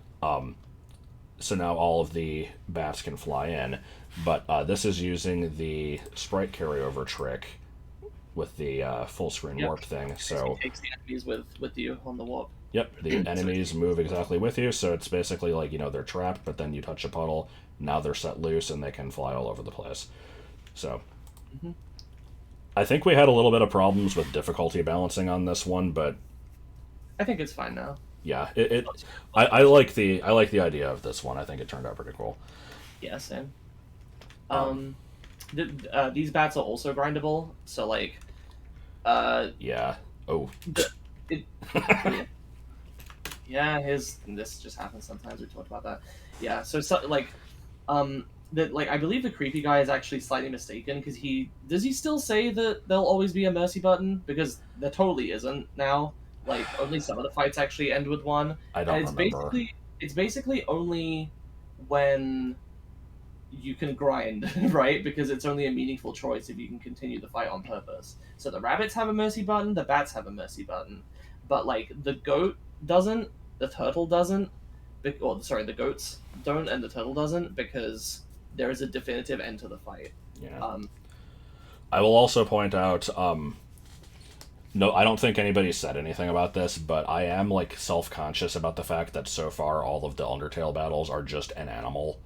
I do plan to mix that up a bit later. It's Unfortunately, the forest is still going to have a couple more, but we have thought of some sort of later game ideas for stuff that aren't directly animals. So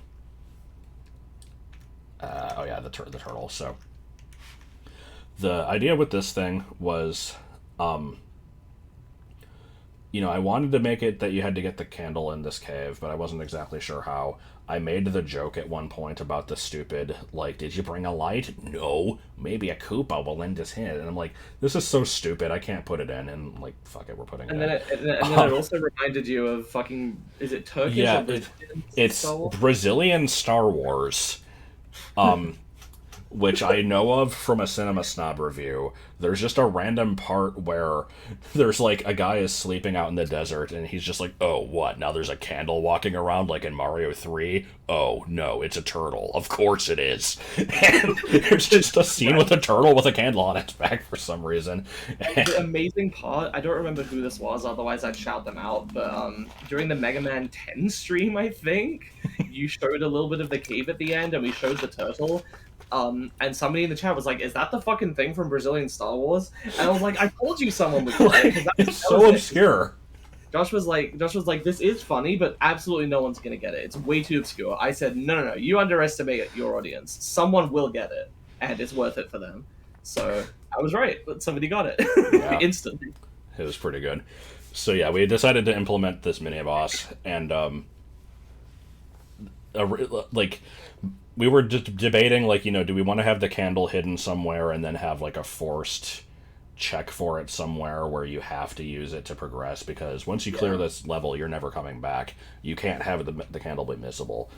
Indeed. And there's the part at the end where you fall off the bridge. Originally, that was going to be, like, you're forced to use the candle to burn something, and then that ends up burning the bridge, and then we didn't... There were various reasons we didn't end up going with that. And so we're like, fuck it, just put it in your path, you can't avoid it. There you go. Yeah, so we have the screen is set up in such a way that as soon as you come in here, if you move any further left, you're going to fall into this pit.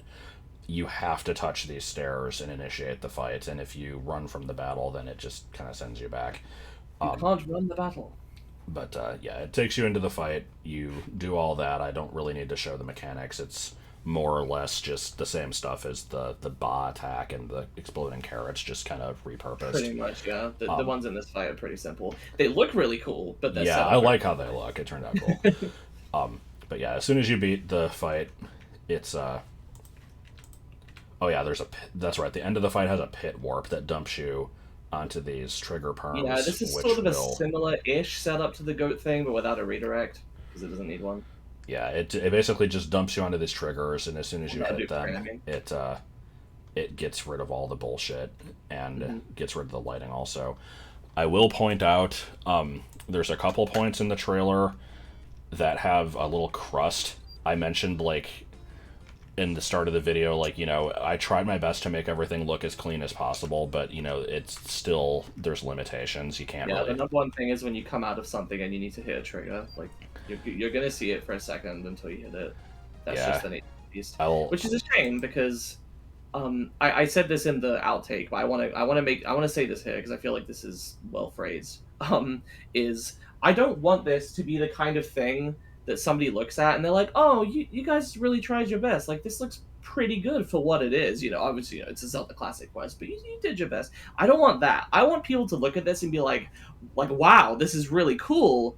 And then secondarily be like, wait, holy shit, how did you do this in Z-Quest? Yeah, Like, that's the other thing is I think I phrased it pretty well yesterday also. People keep asking, why are you doing this in 192? Like, are you crazy? Like, why don't you use the newer stuff?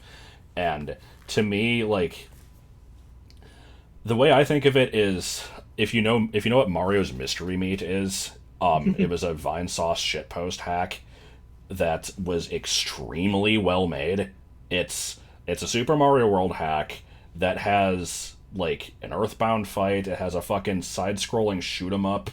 It has, like, all of this custom stuff in it, and it's like, if this was a standalone game that somebody made from scratch or used, like, Game Maker or something, it would still be cool. But the fact that they'd made a Mario World hack do this is like, what the fuck? How'd they do that? And so that's kind of my thing here is, like, Zelda Classic 250 is still limited, and it does take talent to do good stuff with it. Like, you have to know how to script, you have to have a lot of creativity. But the fact that I am doing it with even more limitations, with something that is basically just Zelda 1 with, like, some extra stuff added, like, being able to make, all this stuff that I did is crazy. And that's what I kind of want people to feel like is, damn, how'd you do that? So, which it sounds, it almost sounds a little conceited. It's like, we're making this game for people to be impressed with us. And it's like, I mean, yeah, but it still takes effort. It's not, So, I'd like to point out, whenever there's this wiggle prompt, it's usually because there's a fairy flag. The game is really stupid with, like, if you warp directly onto something, depending on what it is, it doesn't always activate right away. You kind of have to fidget. So, and then the one time it does with fucking items, with kill enemies, you have to wait anyway because the fucking enemy needs to spawn. Mm-hmm.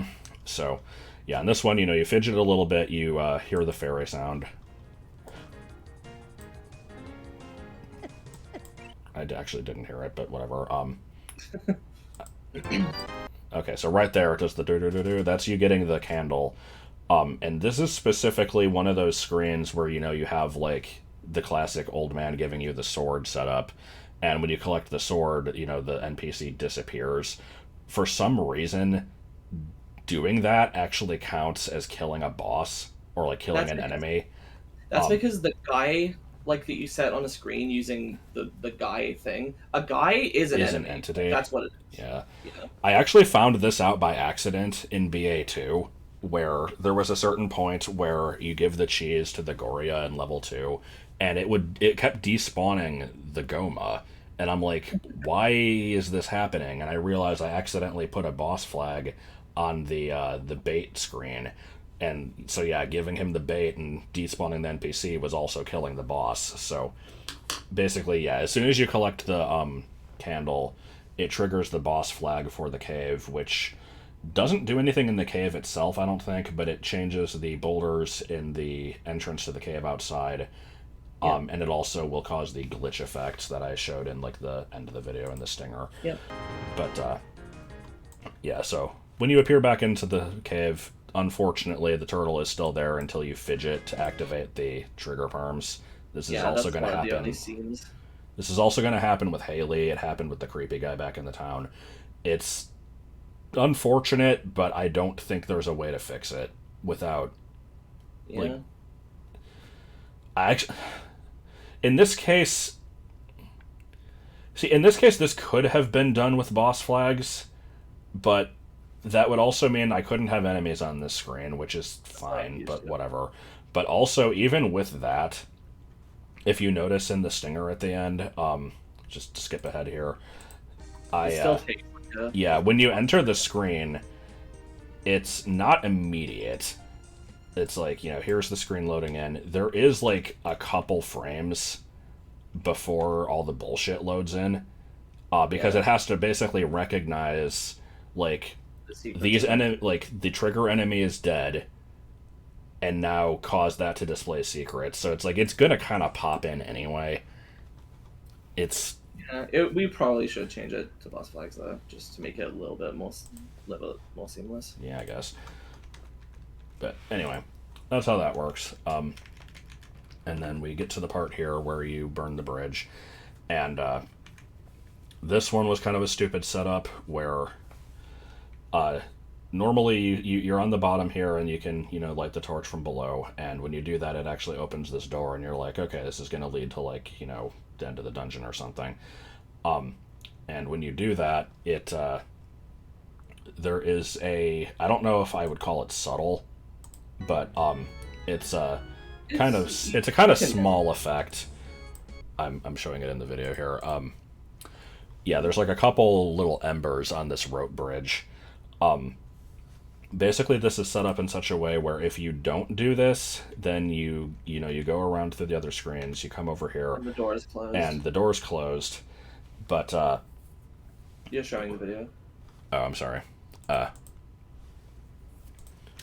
yeah, this is the entrance. You don't do that. You go around, you come here, door's closed, the torch isn't lit.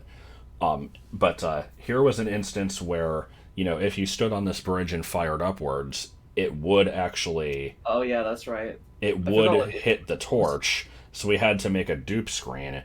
So when you come into this, it... let me see. Yeah, it's a pit. Yeah, when you come into the screen, there's...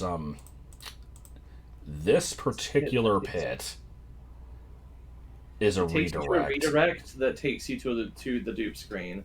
But if you've activated secrets, then that's not there, and you walk forward a little bit to the stairs combo, and then that takes you somewhere else via the redirect. Yeah, it's a little complicated, but that was basically it. That's the gist of it, yeah. So yeah, on the dupe screen you can't shoot the torch, but yeah, so you do all that, and then it plays out the cutscene of the bridge burning, which I always thought looked really nice. It's Thank you. I animated it. This is screen-by-screen animation in this case. Yep.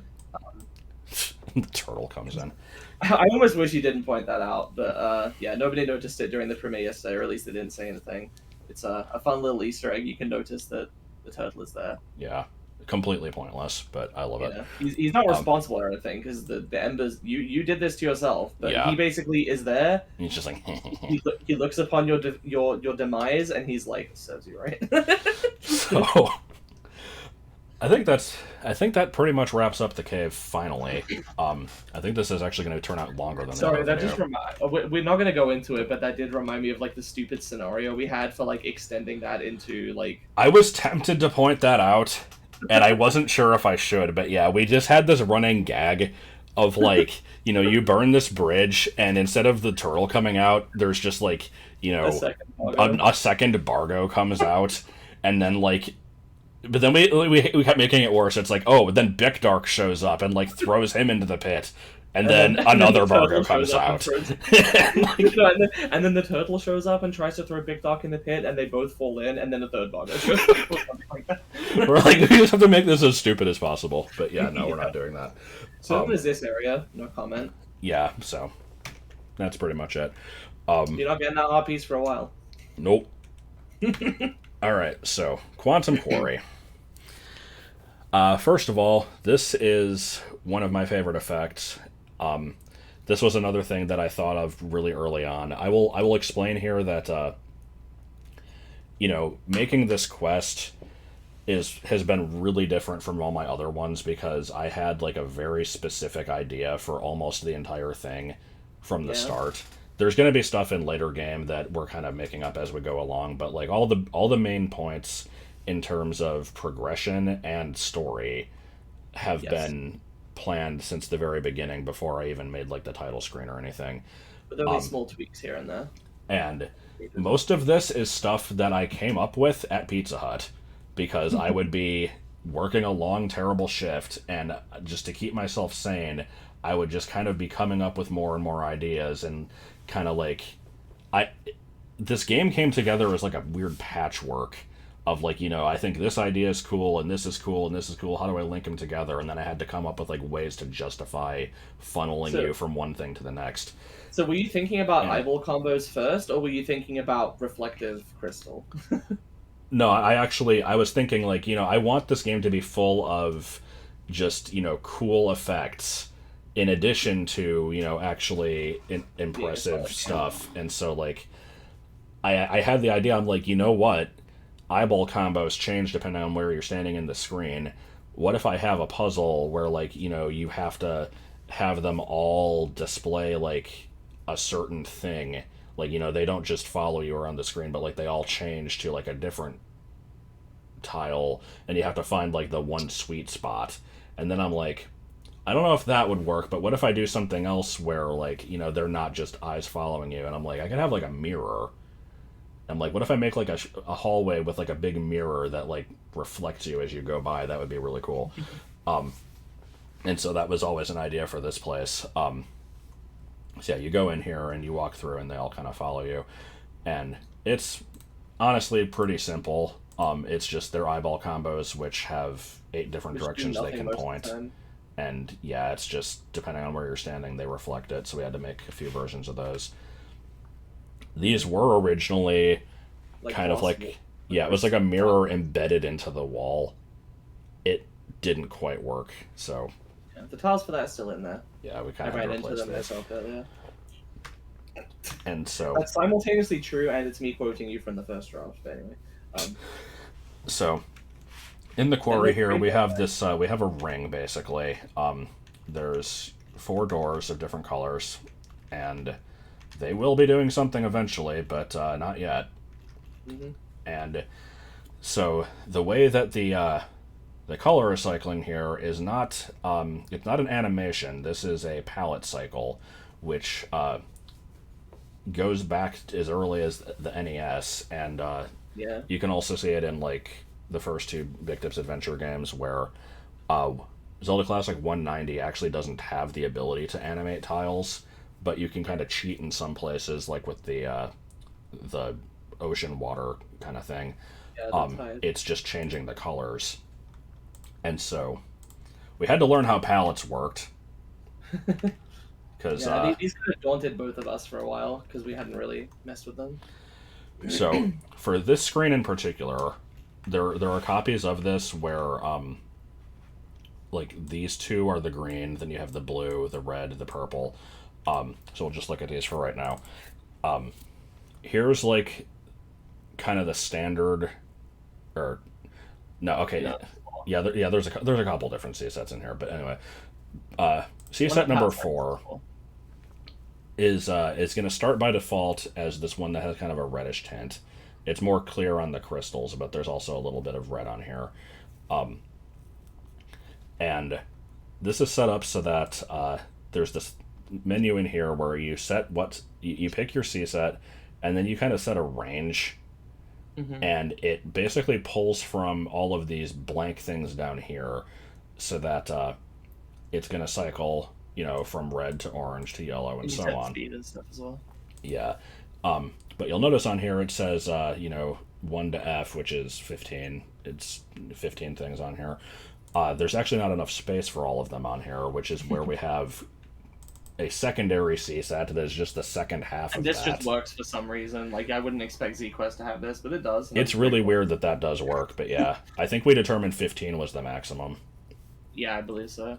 So, after figuring out what the maximum was, what we did was, starting from red in paint.net, what did you do? I just kind of shifted the color, the hue, basically, because RGB is just one way to represent digital color. You can also do it with hue, saturation, and value.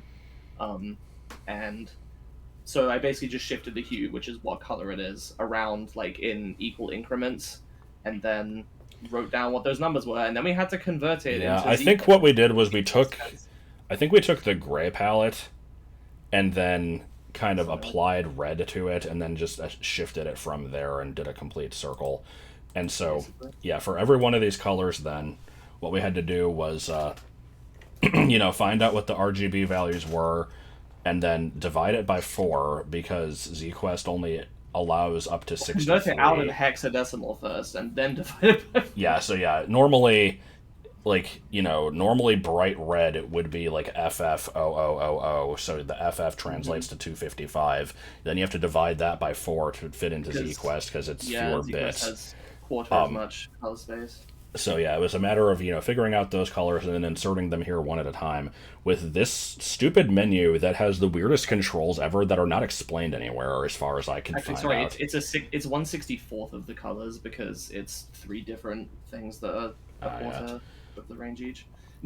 But yeah, on this screen, it's like, you can fiddle around with this thing and pick the color you want, but if you want the exact values, what you have to do is, using the numpad 4 and 6, you move this arrow between them, and then use the arrow keys for that one though, right?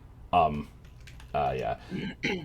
And then using 1 and 7 for red, 2 and 8 for green, and 3 and 9 for blue, you reduce and increase the different color values to get the exact number you need. And so we had to go through and do that for all of the wall colors and the crystal colors for all 15 of the shades, after determining what they needed to be from figuring it out in paint.net and all that shit. So that was a bit of a process. Indeed. And thankfully, it was made better by having 2 people do it, so one person could read off the numbers and the other person could input them.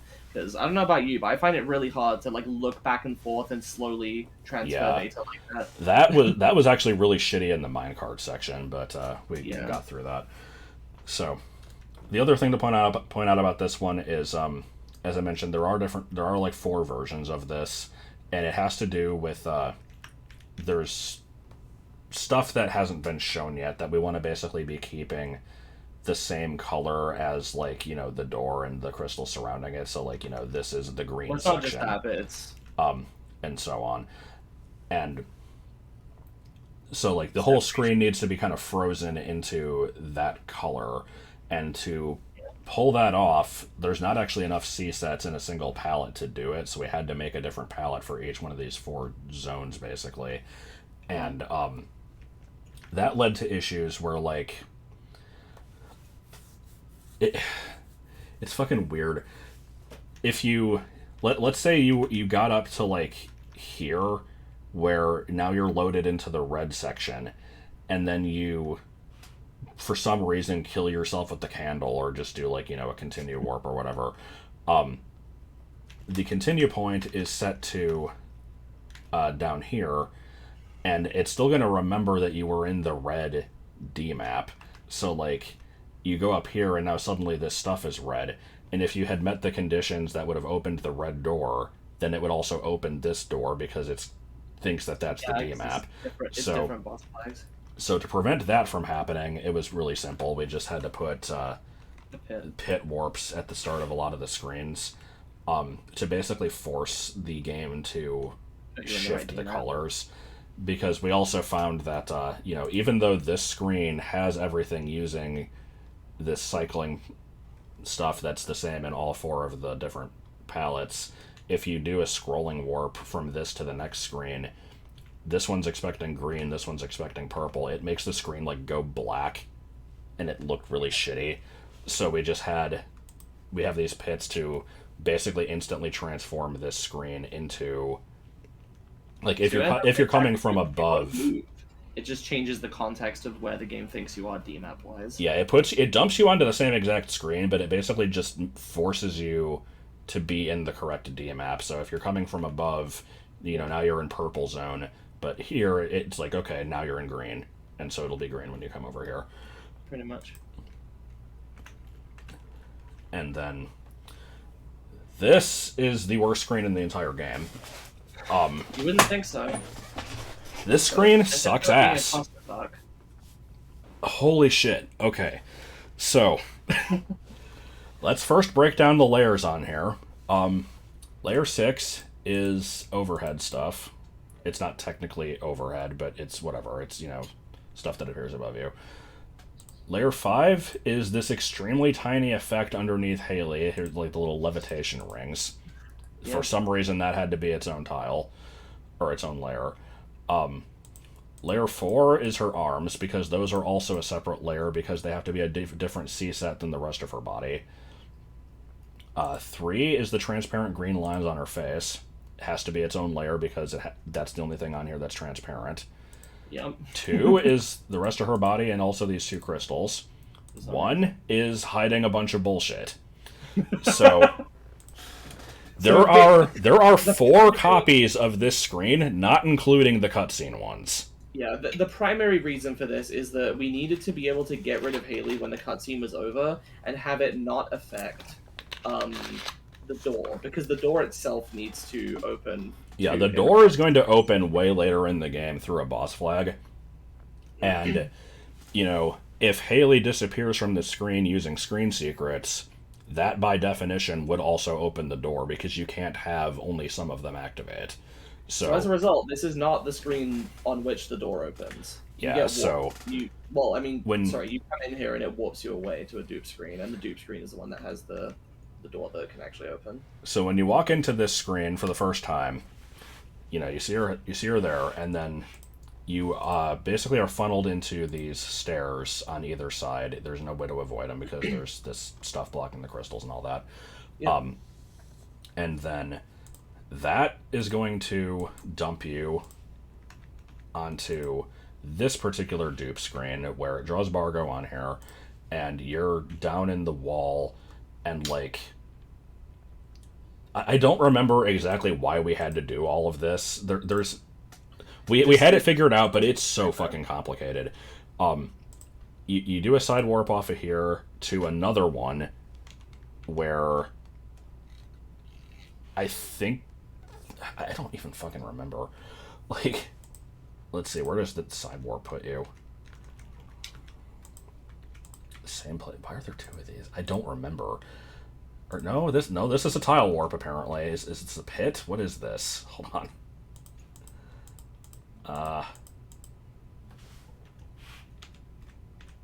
Man, what the fuck? What is it? What even is flag 37? That's an enemy placement flag. Oh, right. This is the red bubble going into this cutscene. Okay, that's fine. Yeah. I know eventually the gist of it is that you get put in the triggers on the non-dupe screen, and that adds pits to the edges of the screen so that when you return here, it follows you through the redirect to a completely different drop-off that's related to the end of the cutscene, and then that screen is the one with the openable door. So, you go through that crap, and now the cutscene begins. The Haley text we've talked about before, but just to kind of recap it, whenever you have one of these screens like this, you have a layer that makes the frame for, her stuff.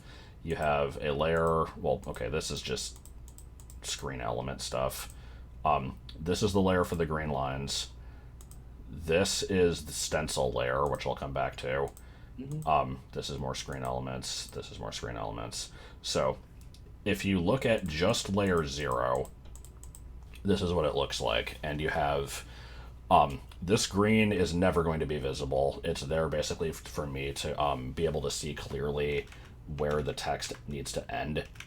Yeah. So you want the arrow in the bottom right corner to always sync up to be just after the text ends, right? Yeah, so the starting tile here is it's a thing that fills in green from left to right. If you look down here, you see it. And as soon as it fills in all the way, it transforms into a solid green tile, and it stays that way. Oh, and by the way, you'll notice that the C-Set 2 thing has a number in it, and there's a weird cyan thing. Oh, God. Combo cycling, as well as secret combos, can't change into anything in a C-Set outside of 0 through 5. So if you want to set anything like that, you have to do this stupid C-Set 2. It's so dumb. Yeah, because this I think, is using C-Set 7. Or... No, it says it's 0. Well, that's because it is C-Set 7. It's because you're applying... Oh, right. Right, okay. Yeah, because, since this needs to use C-Set 7, you can't select that in the next prompt, it just won't let you. Like, you can cycle through the combos, it only gives you 0 through 5. So I have to tell it to use an alternate C set for the entire tile and add 7. It's fucking stupid. Anyway, I don't know why this limitation is there, but there you go. but yeah, so that fills in, and then this tile to the right of it, starts out as black, and after the delay, it turns into this one, fills in. This one, after 2 delays, it does that, so on. So that's how that fills in, and I timed this differently for every single screen. Whenever her text reaches the end of a line, if there's empty space at the end of it, I didn't treat that as stuff we have to wait for, because I didn't want to make you sit around longer than necessary. So, it jumps from here to here. As soon as it finishes everything, it fills in the down arrow icon. And as soon as the down arrow icon fills in, it also changes the block down here, which you're standing in.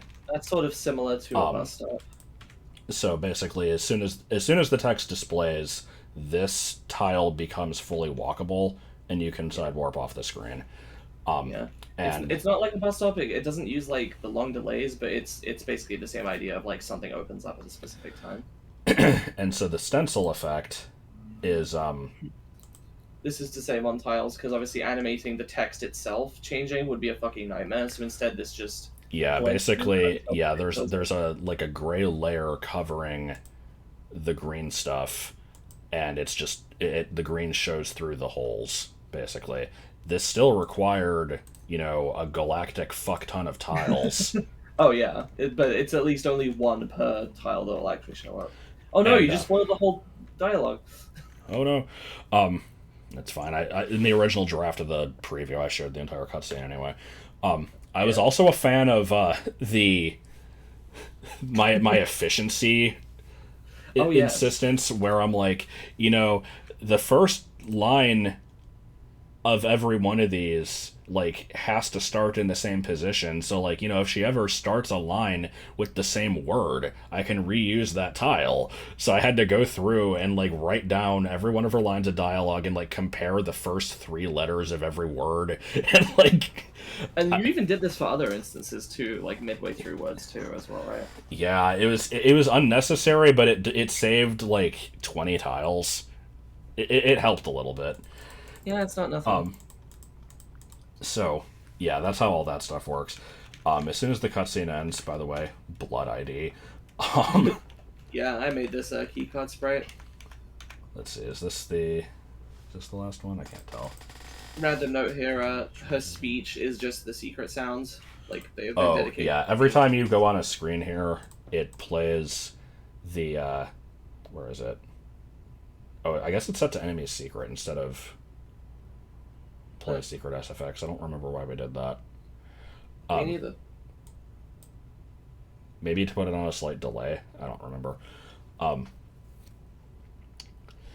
Either way, yeah, it instead of doing, it just plays, whatever sound we set that to in the sound effects pack, which currently is okay, disco.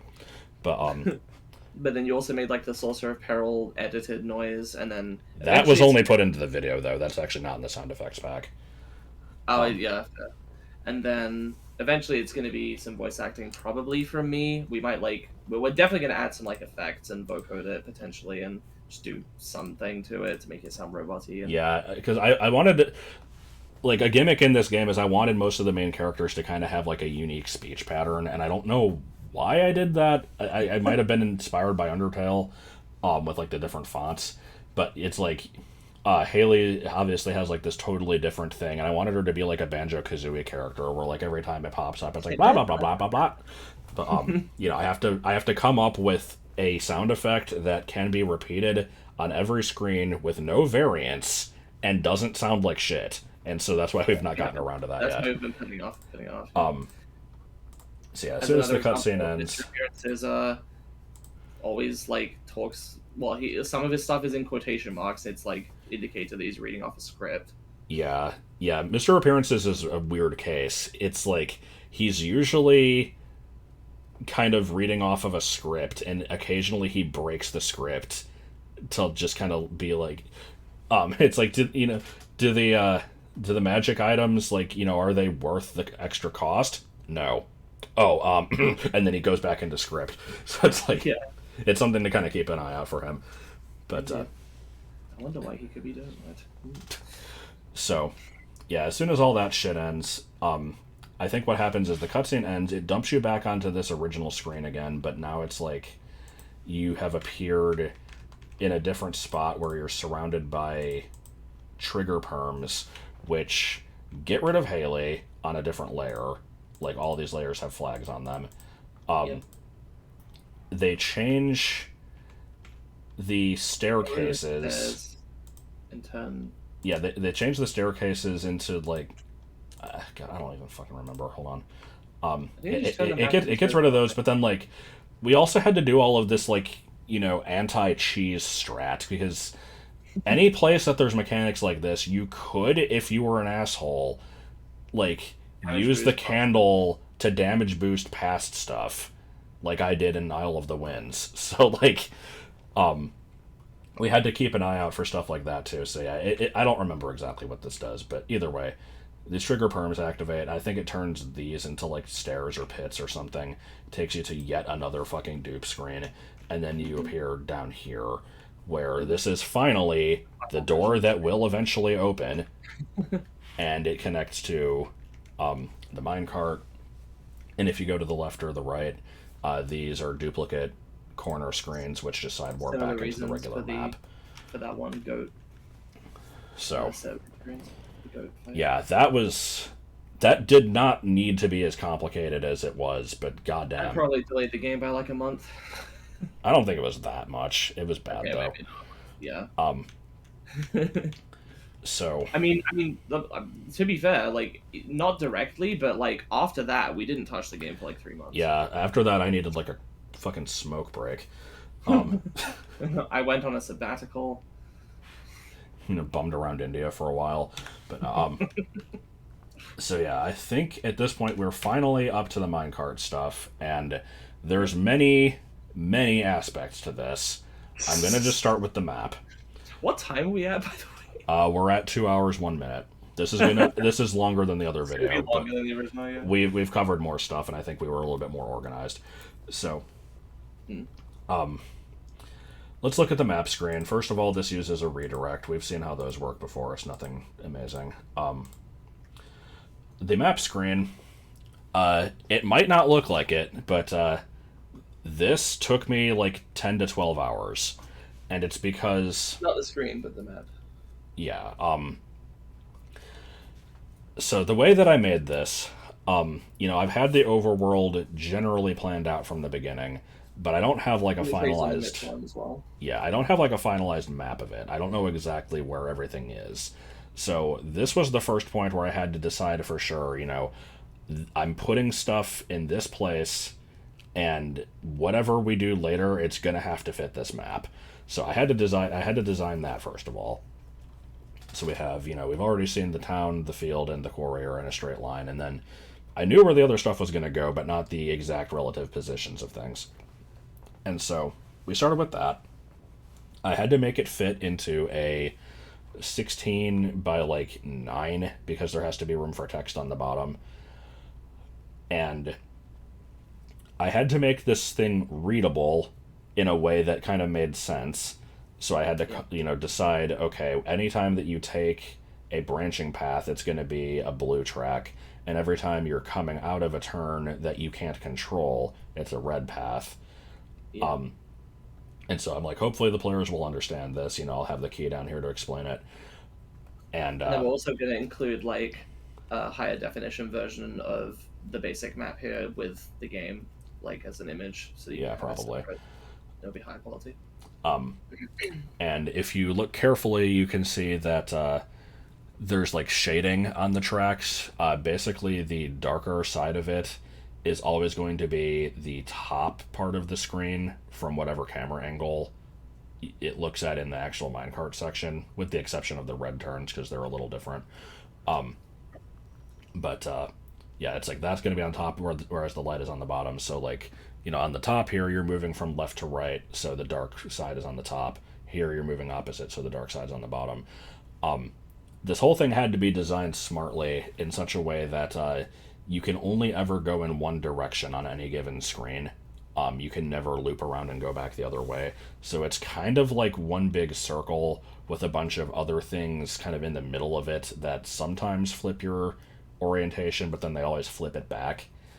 And like, I also designed it specifically so that if you don't press any directions, it will complete one giant loop of the entire thing infinitely until you eventually go somewhere. So if you end up totally lost, eventually you're going to find a sign that's going to say like, oh, there's the desert. So then, you turn in and you do that. But this map is also supposed to be a guide for you to be able to plan your route to be efficient about it.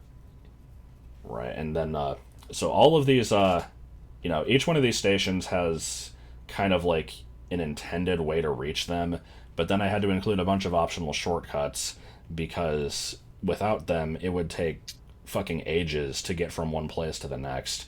And you want to explain your heat map? Yeah, so basically Josh made the first draft of this, and it was pretty good. But I went through and I checked every station to every other station, so that's 90 different routes. And I basically went, for one thing, I was just curious about the data. Like, are there any paths here that you basically would never take? And there were a few, but it's fine because they act as like redundancy sort of things.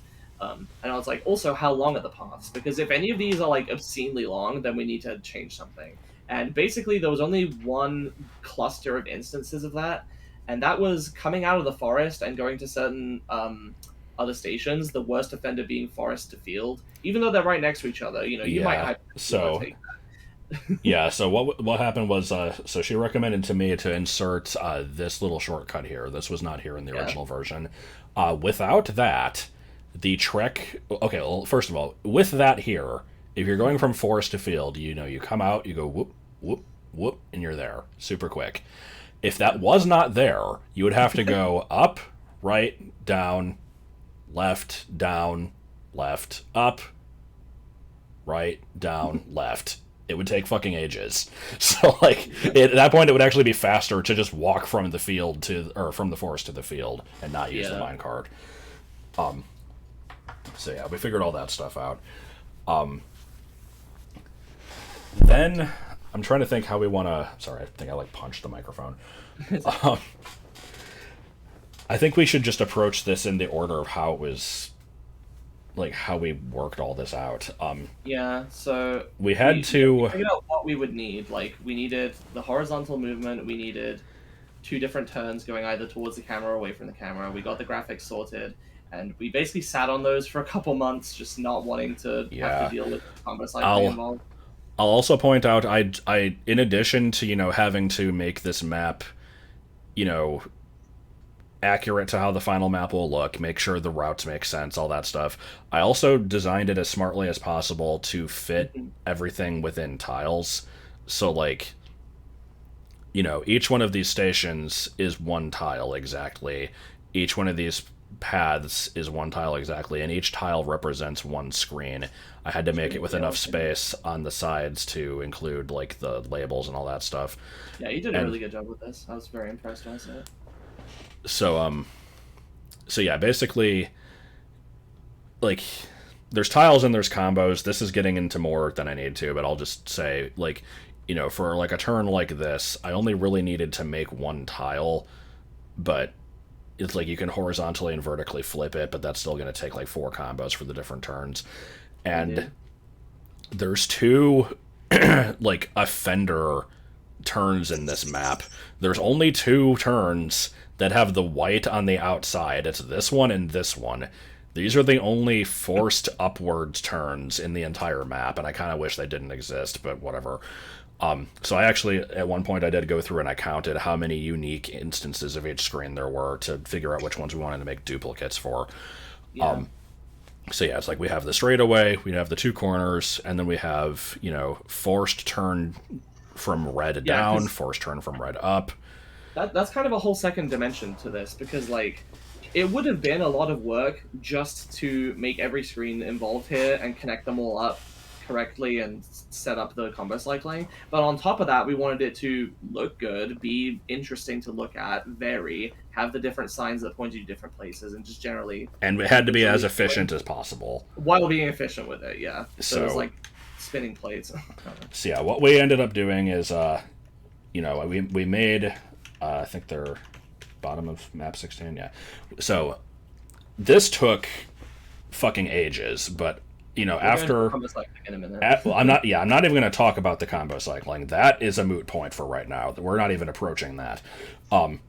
So each one of these screens we have, straight away, here's an alternate version of it so that if you have two of them in a row, they don't look identical. Then we have turn downwards, turn upwards. There's only one of these because there's only two in the whole map.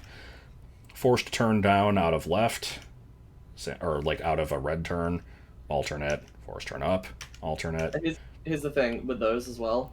They have like a cool perspective, but that almost came about by accident because this just reuses the exact same animation as every other kind of turn towards and away from the camera. It just has the extra track connected to it, but it's saved on unique animations that otherwise would have needed to be created for coming towards the camera and then moving left and stuff like that. Yeah, let me actually, I can insert another image here just to show kind of what went into this. It's on my desktop, I believe. Oh, is it the spreadsheet? No, the pink box thing.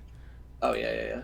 Yeah, so before we even tried drawing this in ZQuest, I had to basically draw out, what should every one of these screens look like? And for some of them, it was pretty simple. We've got, the straightaway, whatever, that's what it looks like. The turns, fine. But, a screen that has this optional path like this, these are going to be viewed from two different perspectives, whether you're going straight, so like A straight to C, or if you are coming out of the turn. It's the same screen spatially, but like it within the map, but it's going to show up different depending on how you approach it, because the game will always display you coming out of the left side. So I had to basically... That also helps with consistency and with not getting disoriented. So I had to, come up with how is this screen going to look either way. So, if you're doing a straight path, you're going left to right and there's just a door on top that you're driving past. And so that screen is going to match up to... I know.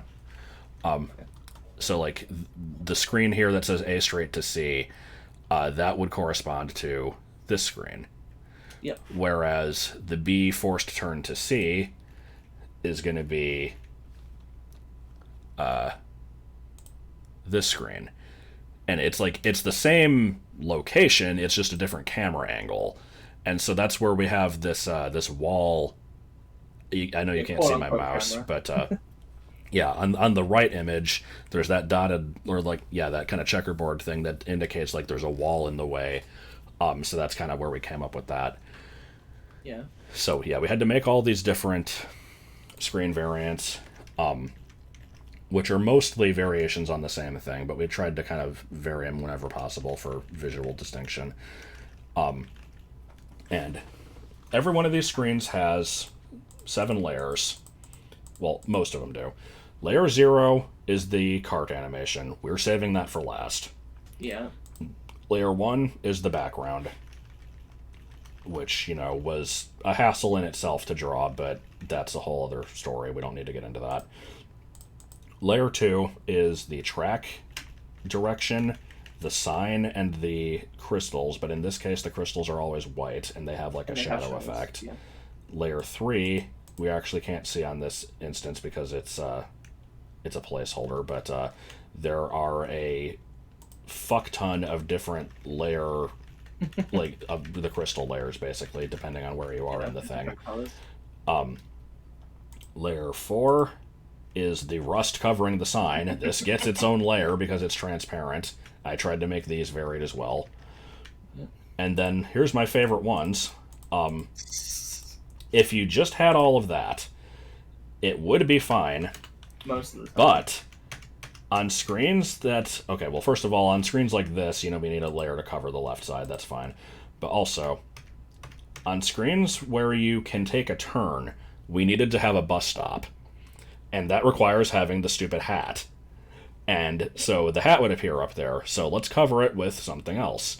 Now, the problem is we can't just cover it with the ceiling tiles because this C set has used every single possible color in it, and it doesn't actually have a black. The only black is the transparency color, which means that if you put these tiles over the hat, it would still show it because it's transparent. So we had to put a layer that is just a black square in a different C set, and then another layer of the spikes covering that. So that's how... Like a lot of layer screens, I think there's only like 3 involved to set that up. It's just we have to put them on everything. Yeah, there's only one. This is the black layer screen, and then there's 3 actually. Oh really? Yeah, because there's also the one with the beam of wood. Yeah. So basically, there's all the different backgrounds. There's all the different rails. Each rail has the sign position and the crystal position set in stone. Just for efficiency's sake, and some of them actually even reuse them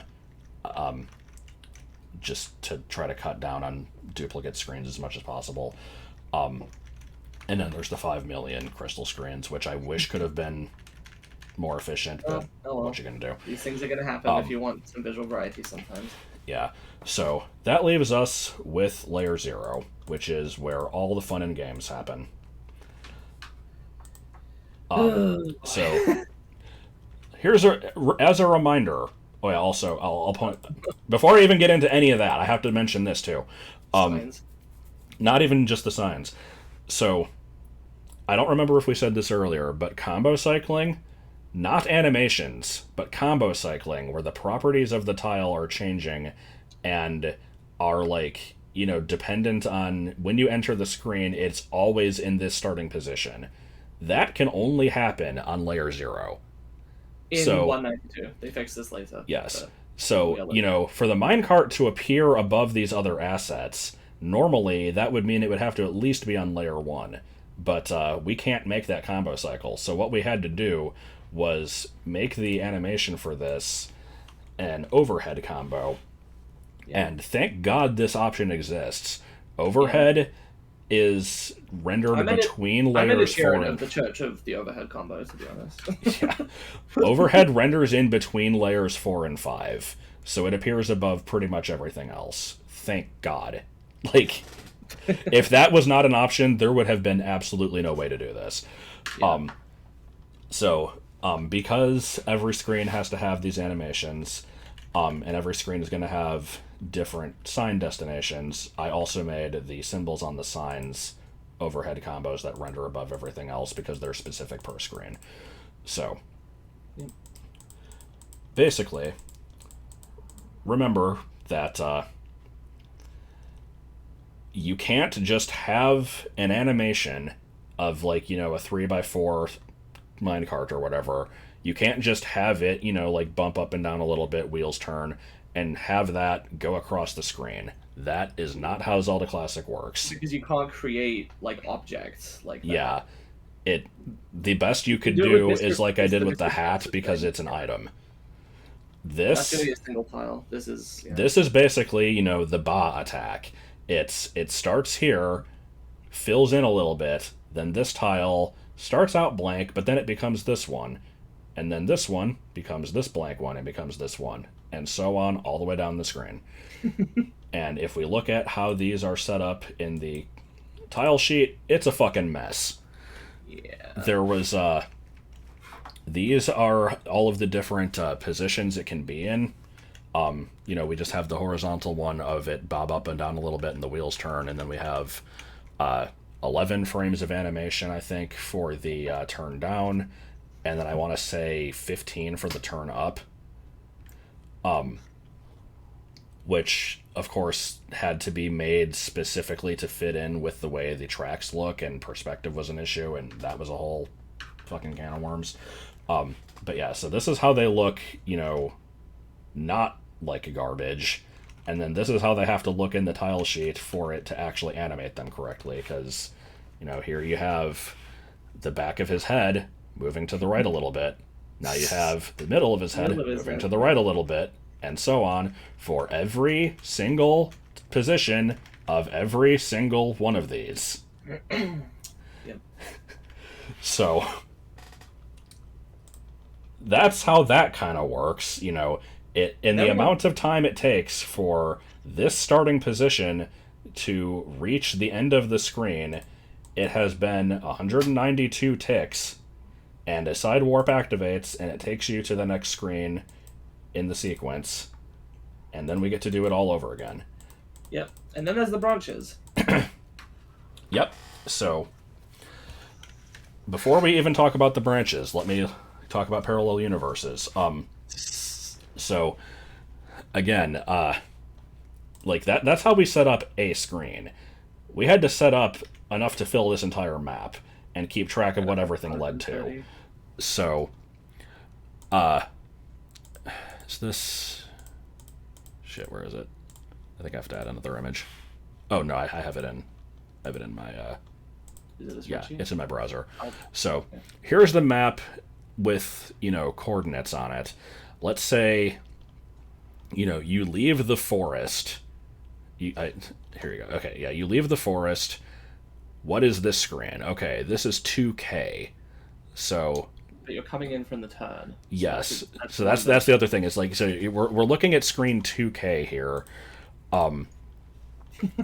We have the spreadsheet that indicates, okay, where is 2K on here? Well, here's 2KT. That's the turn screen. That's the animation coming out of the turn. And then there's also 2KS, which is the one where you're going straight. These have to be two different screens, and they have to have, you set up your specific side warps, and then you have to refer back to the fucking map and be like, okay, on this screen now, we're moving from bottom to top. There's a turn here. What are the next destinations? So, the straight screen, it's like... Yeah, there's a lot of stupid instances like this where it's like, okay, you're going to have the straight arrow and the down arrow. If you're going straight, well, the next thing you'd be able to reach is the forest. But, we also have to keep in mind, is it guaranteed you just came from that? Would there be a reason to list it? And in this case, it's like, no, because you could be coming from down here. But in some spots, like under the house, it's like, if you come down this way and skip the house turn, yeah, we're not gonna say... turning this way leads to the house, because you just passed that. So we had to be smart with that. It's like you have to figure out what are the closest destinations for every single fucking screen. And you keep referring between, the coordinates on the map and the coordinates on the spreadsheet and cross-referencing fucking 5 different things. And eventually you find out that select shoots this wire out of your crotch. Basically, it was a fucking mess. And this took 3 or 4 days of just basically 24-hour work. If one of us was working on it at some point, we'd be doing stuff until 7 p.m. my time, and then I would take a break for an hour or two, and then I would work on this until 7 a.m. and then pass it while off. I was sleeping. And then, I wake up for work in the morning. Josh is still working on it for a few hours. I wait until I have some time to work on it. I do that, pass it back to him, and then after we've hung out that day, there was 3 or 4 days of this. It was more so for you because I think I only ever spent you probably spent upwards of 10 hours sometimes on some of those days, whereas I didn't spend nearly that much because I also had work and just other things. But yeah. Actually, copy pasting the screens in wasn't that bad. Where it's and we split that 50-50. It's for this one, okay, this is a straightaway, so I want to grab the straightaway screen from the samples. I have to decide which one I want, so I'm gonna cross-reference the map, find out, oh, did the previous screen have ceiling beams on it? Try to vary it up a little bit. Yeah. And then I can copy. I can do a paste all, which keeps all of the layers, all of the secrets, all that type of stuff.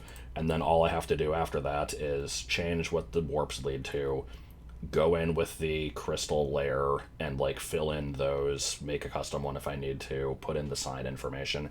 So it still took a lot of time, but it's it usually wasn't that bad, but there was so much set up to even be able to get to that point. because that was after we made it efficient. Like, making it efficient probably took twice as long as actually making the rest of it. Yeah. Like I said, it ended up being 50-50 for actually doing the screen copy pasting, but Josh did a hell of a lot more work. Like, basically all of the work in terms of actually organizing the rest of the screens for us to reference and copy in the first place. As well as doing the rail map. I did the spreadsheet, but that wasn't that much. Yeah. Also, another thing to point out here is this whole chunk of screens here. Oh yeah. This is just getting every one of these is like, if you are exiting Quantum Quarry, it goes to get hit by red bubble, get hit by red item bubble, and also there's a Mr. Appearances hat here that gets sprite carried over to bus stop. Bus stop leads to first screen exiting quarry, which is like this one or something, or no, I guess it would be an auto turn. Yeah, it'd probably be this one. And then this one leads to that one. That would one be leads this one. to But yeah, it's like you do all that, and then it's like, okay, now we're turning into we'll do a whole loop, and now we're turning back into the quarry. So now that leads into blue bubble, then blue item bubble, and then that leads to the actual stations. Yeah. And so for all of the places that we don't have made in the map yet, I have these little temporary stations, so it doesn't just dump you off into a black void. It at least like gives you a place to check the map and go back out. So yeah, there has to be 5 screens for every one of the 10 stations, so those are all set up here. Then I think the only thing we haven't really talked about is the turn. The turn and the so saith Nehru, like Nehru's commandment of. Oh fuck yeah. Okay, yeah. Let's not forget that. We did mention that in the previous one, but we didn't really give it the attention it deserved, I think. Yeah. So here's a screen where you can take a turn. Do you want to talk about it? Yeah, I could explain it. So basically, a turn has a similar sort of mechanism to a bus stop. Once again, it's a thing where something changes at a certain time. It uses a kind of a long delay. I actually compared it to the Haley text. It's waiting for the Haley text. Yeah, it's waiting for something on screen to reach a certain point, because like on the Haley text screen, you wait for it to fill in the box, and then it opens up the spot where you can move. This kind of does the same thing, where it's checking. I guess the bus stop is an automatic version of that, whereas this is input is accepted at a certain time. Yeah.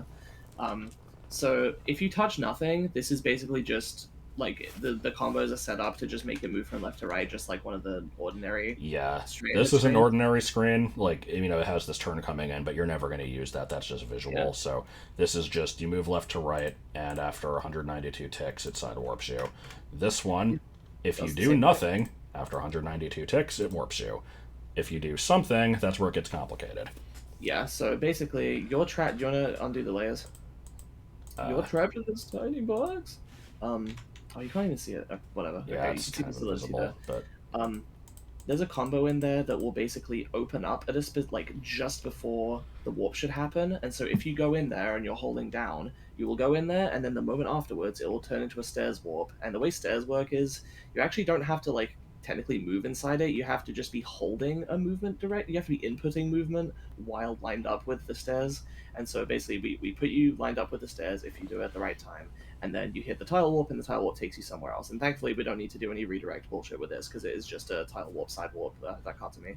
Yeah, so basically, again, it's when the front of the cart is lined up with this part of the track, the center of this square opens up slightly, and you can move down a half tile. And then when it moves forward another tile, the tile that you've moved onto changes from having no property into being stairs.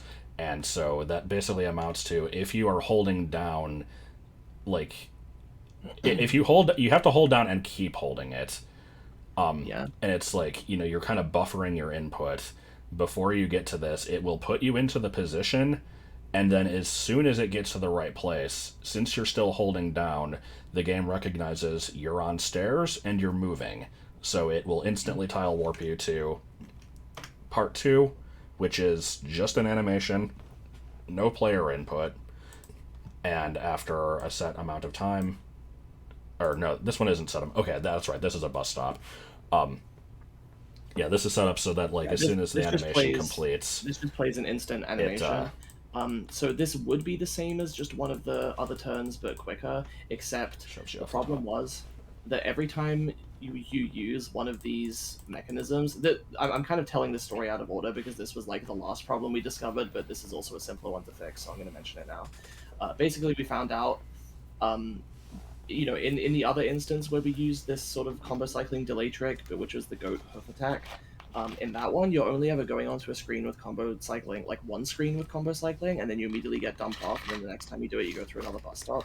We had never actually tried syncing together or linking together multiple screens that use this delay, because we were like, I'm well, just checking something real there's quick. that. Huh? Go on. I just there's music playing now, so I'm checking Okay. something in game. So yeah, so we're like, theoretically, if you sync it up once, it should be synced up forever. But I had a feeling that, like, there might be like, what do you call it, a sort of Imperfection, if the imperfection that could game build up runs at and eventually 59 cause this. frames out of 60 long enough, eventually it's going to fall apart. So Oh, there it's has not. to I don't be. even think that's the cause. I think it's just the random. Oh, actually, I guess that would be it. I don't know. It would mostly happen if you like fought against the mechanism. That's why the hat exists. But here's where that thing I mentioned earlier comes up. You know how in those old videos I was like, oh, there's a leniency window, but we never seem to break out of it. Well, it happened. That leniency window is smaller the fewer the number of frames and the faster the animation speed is. So basically, the lower the number of frames it waits before changing. And we ran into that. If you like fought against the mechanism, and this is because of conveyor belts, by the way, because conveyor belts only attempt to push you every 4 frames. So this basically just lined up such that if we had the speed at any faster, so any lower number, if we had a 1 instead of 2, then 3 times out of 4, it would break and desync if you fought against the mechanism. And you didn't even have to do it on purpose this time because a lot of Yeah. the time you'd be holding down anyway, so it's likely that you might not immediately let go. Yeah. And it caused really bad screen tearing and a lot of depression and upset, and we didn't know what the issue was at first. Yeah, basically, like, before we started assembling the actual map, we just had the sample screens and tried linking them into each other to make sure that they worked. And it worked until you started taking turns because Yeah. there was just, yeah, it's like the upturns weren't as bad, but on the downturns, you're going to be holding down, obviously. And if you don't let go as soon as the animation starts, then what's going to happen is, you're up inside the bus stop mechanism and you're going to be unintentionally fighting the conveyor belt, and it'll do the. I'll show it in the game. Well, no, hang on. Did you say that it only happens when you take turns? Because that's not true. Do you remember? If you fought the hat at the beginning, it would break even the straight aheads, and I'm like, that's Oh, right. ridiculous. Yeah, if you fight the bus stop on the loading screen, that's true. But yeah, like here I'm gonna take this first turn, and then I'm gonna keep holding down.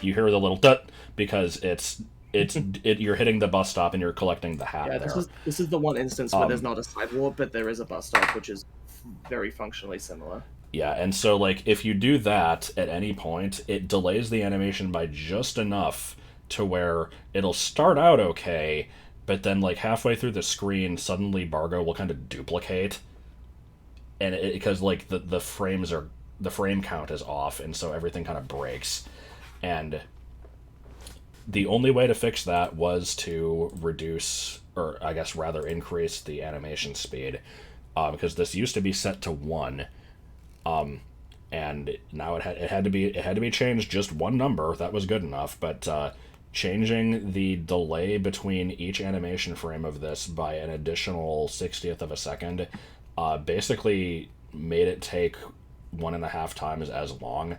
So this used to be a lot faster, but now it's yeah, like Yeah, so and there was a period of like, because I think part of this issue I tried to work out on my own before you even woke up. This was like, God, I think this was the day after the multi-world last week. So yeah, because like that's the thing. It's the timeline was during the multi-world when you were in Burger King.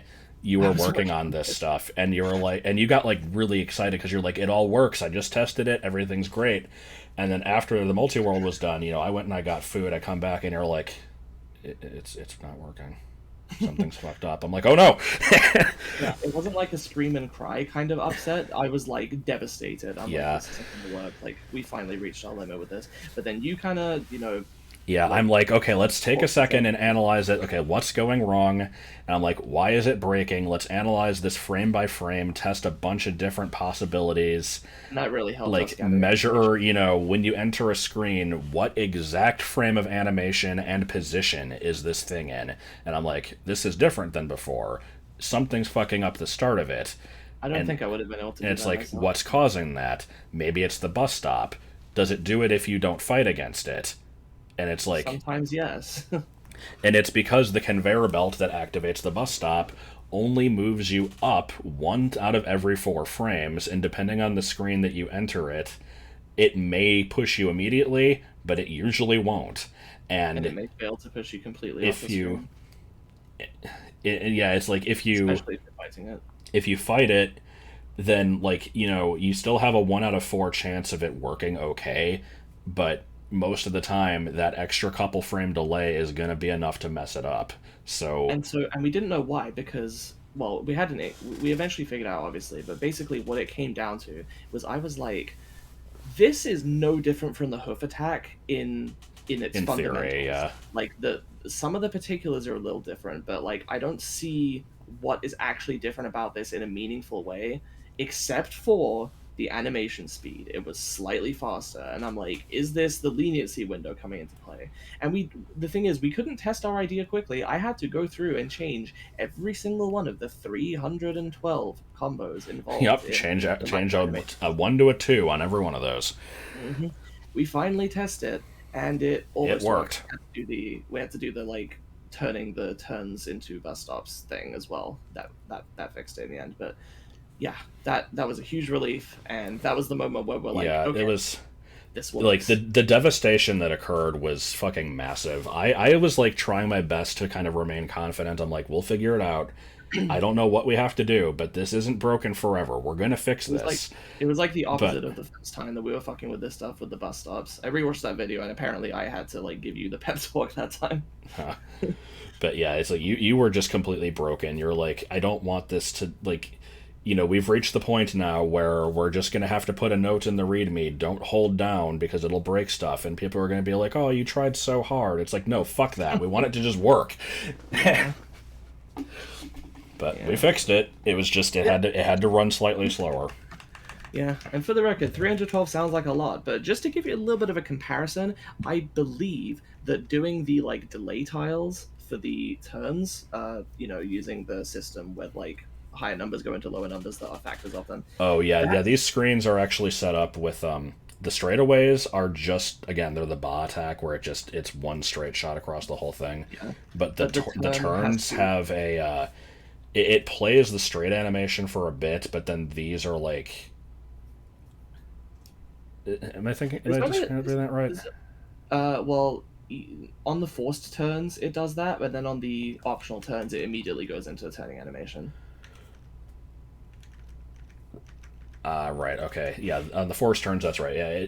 Basically, we broke these into what we called It turns chunks. into- because We it have turns into something else, we couldn't just have the same thing like loop into itself like with the straightaways. So that required huge delay combos, and making those delay combos instead of doing the basic building blocks that cycle into each other over and over and over again, that saved I think it was 264 combos if I remember right. How much was it? 264 combos were saved, I believe. Yeah, because like basically, here, let me disable layers So it's here. already 312, but it would have been 578.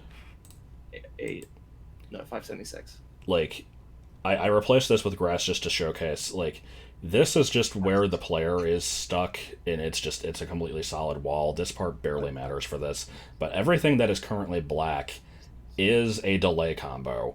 So like when it's moving straight forward, the standard animation on this is it has 4 animation frames running at a speed of 2. But as soon as it gets to the part where it turns, it has to go through such a drastic size change as it moves down, and it's like going through so many different tiles really quickly. We broke Yeah, it into chunks where it's like, and then you also had to break up the animations into like Um, each individual letter, like like each Oh, tile. let me find that image actually. Yeah, that'd be a good one to show. It was shit. Hold on. Do you want to grab it? No, I got it. It's on my desktop. I just had to. Yeah, I'll do the turn towards because it's more dramatic. Yeah. Yeah. Turn away was a bit simpler, but Yeah, basically I had to, we had to map out relatively where the sprite is in each frame of animation, which tiles are not being used, and then like set up a certain delay. So I can't have a mouse cursor now because of it's just sharing an image. I'm not screen sharing anything, but like if you look at like the bottom left one where there's an X, for instance, or actually, yeah, just look at the X on any one of these. These are reading from top left down, and then the second column down, third column down.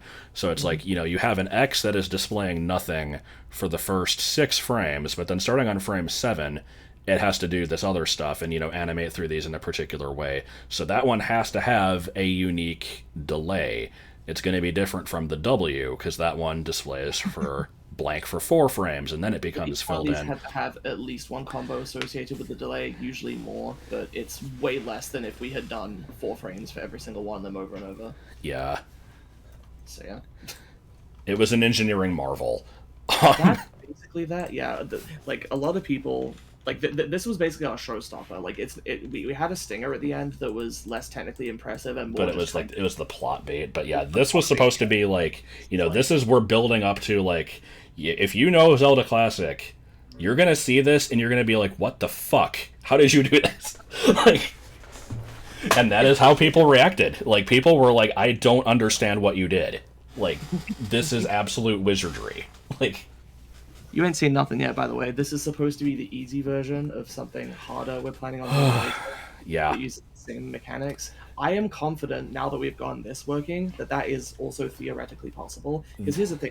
From the beginning, you had both these planned out, and you were like, theoretically these are possible. Now that we've gotten this version of it, that gives me a lot more confidence for the later one. Yeah, I should mention, again, I had all this stuff planned out from the beginning, and so I was basically like, I want there to be a minecart section.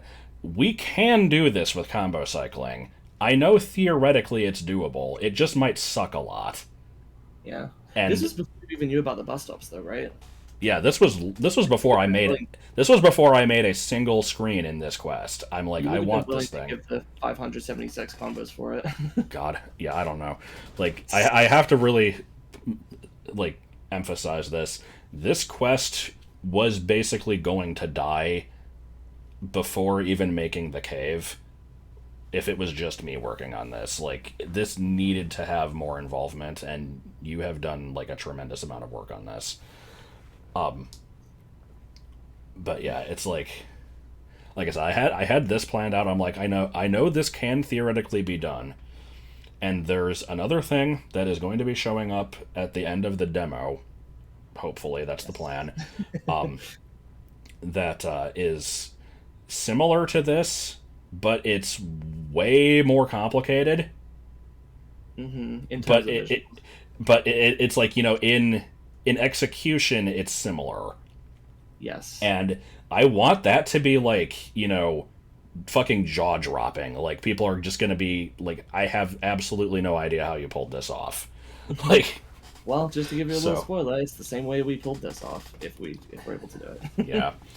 More or less. So that was decided a long time ago, and it's the number one thing I'm terrified of in this quest is when we get to that point, we're gonna have to construct this thing, and it's gonna suck ass. And I don't even know if it's gonna work, but we're gonna try. Once we do that, I think everything else is gonna be comparatively. It's downhill from there. Yeah. So, not to say that there won't be uniquely challenging things, but in terms of sheer difficulty and complexity, I don't think anything will reach it. Yeah. It'll just be about whatever new things are involved with complicated sequences, mostly the custom bosses. So, I think that thoroughly covers the minecart. There's probably more things we missed, but I think that basically gets almost everything. So to go back to the video one last time. Yeah. And then just we'll to kind of thoughts, just because this thing is long enough already, may as well. Right. So yeah, like I said, I end with the minecart, and then I had this stinger at the end. The original plan for this trailer was it was gonna just end with the goat fight as kind of like a little joke thing, but I decided basically like the day before finishing this. I had most of the footage already recorded from like a week in advance. I just had to add the minecart stuff, and I'm like, you know what would be really cool though is, you know, we want to have the overworld have these glitch effects. What if we use that as the outro? And I'm like, well, shit, now I got to do it. And so, we only made one screen, but you know, I've stated in the preview that this is everything up to chapter 1 complete. That's not 100% true. We haven't done the Hadoo. We haven't done a mini boss in the overworld or the Mr. Appearances cutscene. I wrote like some dialogue for it, but even that's not final. yeah. And we only made one glitch screen. I made this glitch screen like at fucking 6 a.m. the day before I wanted to put up the premiere. So, what happened was, you know, we have this here, and there's going to be a few of these, but they have to be on screens that don't have enemies because of the way that triggers work. Yeah. So there were originally enemies on this screen, but I had to get rid of them, and there's a couple other ones where we can put them. But basically, yeah. So I'm like, you know, I like struggled with this because every part of me was like fighting, like I don't want to mess up my screens. They look nice. But I guess so.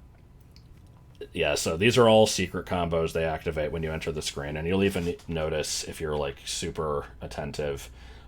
If you remember what I said before about the grass cutting, how like, you know, if you activate a secret on a screen with the grass stuff, it'll automatically cut all the grass. That actually happens here.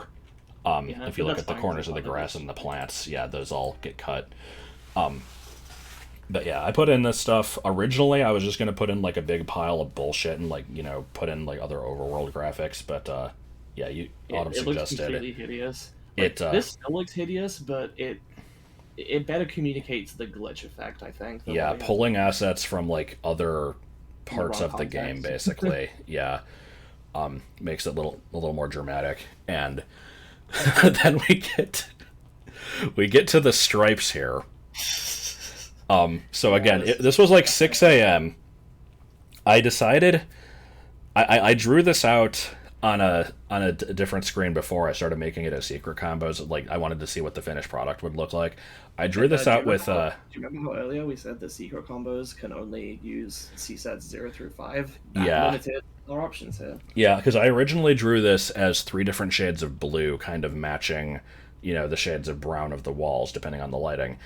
And then I went to put in the secret combos, and it wouldn't let me pick all those blues because 2 of them were above CSAT 5. And I'm like, I don't want to fucking change the water tiles to do all that. That's stupid. Mm-hmm. I'll just pick from the colors I have. And so I had blue, white, and I had kind of like a lavender. And I recorded this. I put it in the video. I sent Autumn a screenshot, and she's like, okay, yeah, that looks good. And then, like, 20 minutes passed, and I'm like, this looks like a trans flag. And it's like, oh, fuck. People are going to think it was intentional. Yeah. There's going to be implications. Because there's 3 different bad ways, or let's say unintended ways that people could take this. Number 1, somebody could take it as they're saying that the corruption and like they're equating the corruption with trans stuff. Yeah, they're like, oh, because trans people are corrupting the world. Am I right? Like, so there was that aspect of it. There was the people who could get offended by it on that.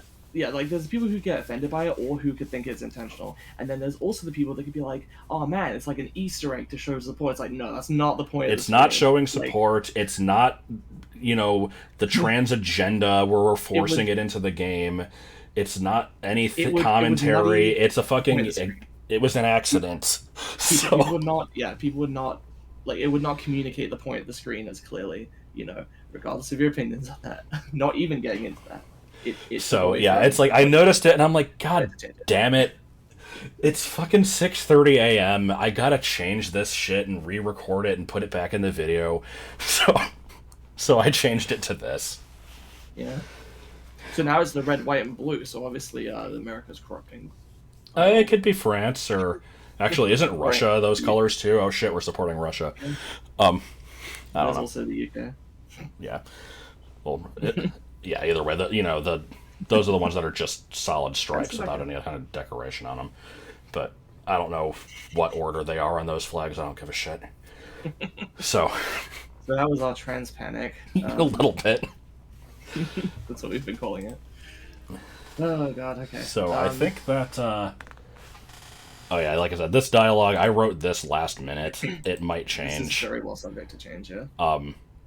I'm treating this as half of a conversation where we're not seeing Bargo's lines responding because Yeah. up to this point, Mr. Appearances has kind of been around to tell you, like, oh, this is kind of what's going on. You need to go do this. But he's also, like, making stupid jokes. He's pretty lighthearted here. He's, like, totally serious. Like, I know this looks stupid. Like, you've got this bag coming out of the walls, but, like, this is actually serious. Like, I made these heart tiles actually damage you. Like, you don't want to go into this stuff. This is bad. And so it's supposed to be kind of a tonal shift. That is entirely intentional. But Yeah. yep, I think we've covered everything. So we're just You wanna pick a pretty screen and give our closing thoughts? sure. Let me go to one of my old standbys. Find a good overworld one. I'd like that one with the waterfall. Yes. What if we I- fuck this one up? Oh boy. It I doesn't actually have secret flags. We could do it. I did think about it specifically because it's so beautiful. It would be such a shame to see it ruined, and that kind of would sell it. But Yeah. we can discuss that later. So I'll give my closing thoughts.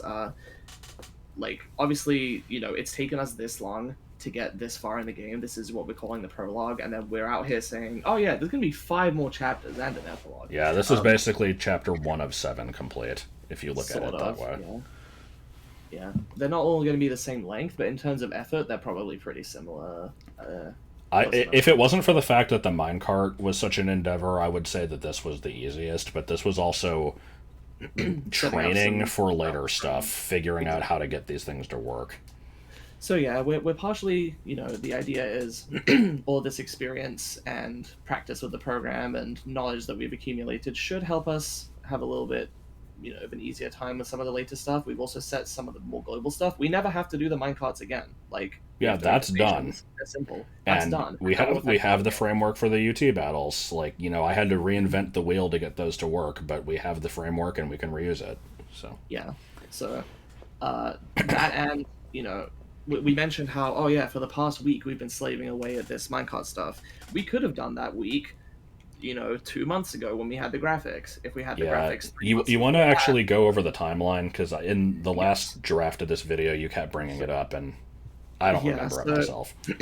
So I believe late 2019 was your last big update for this game, the way that I see it. That was when you showed off the field. Mid 2020 you did the invisible Moldorm video, and that was kind of just for a minor thing in the grand scheme of things. Also during 2020 was when you had people make you asked people to make the cave map, and obviously I did that.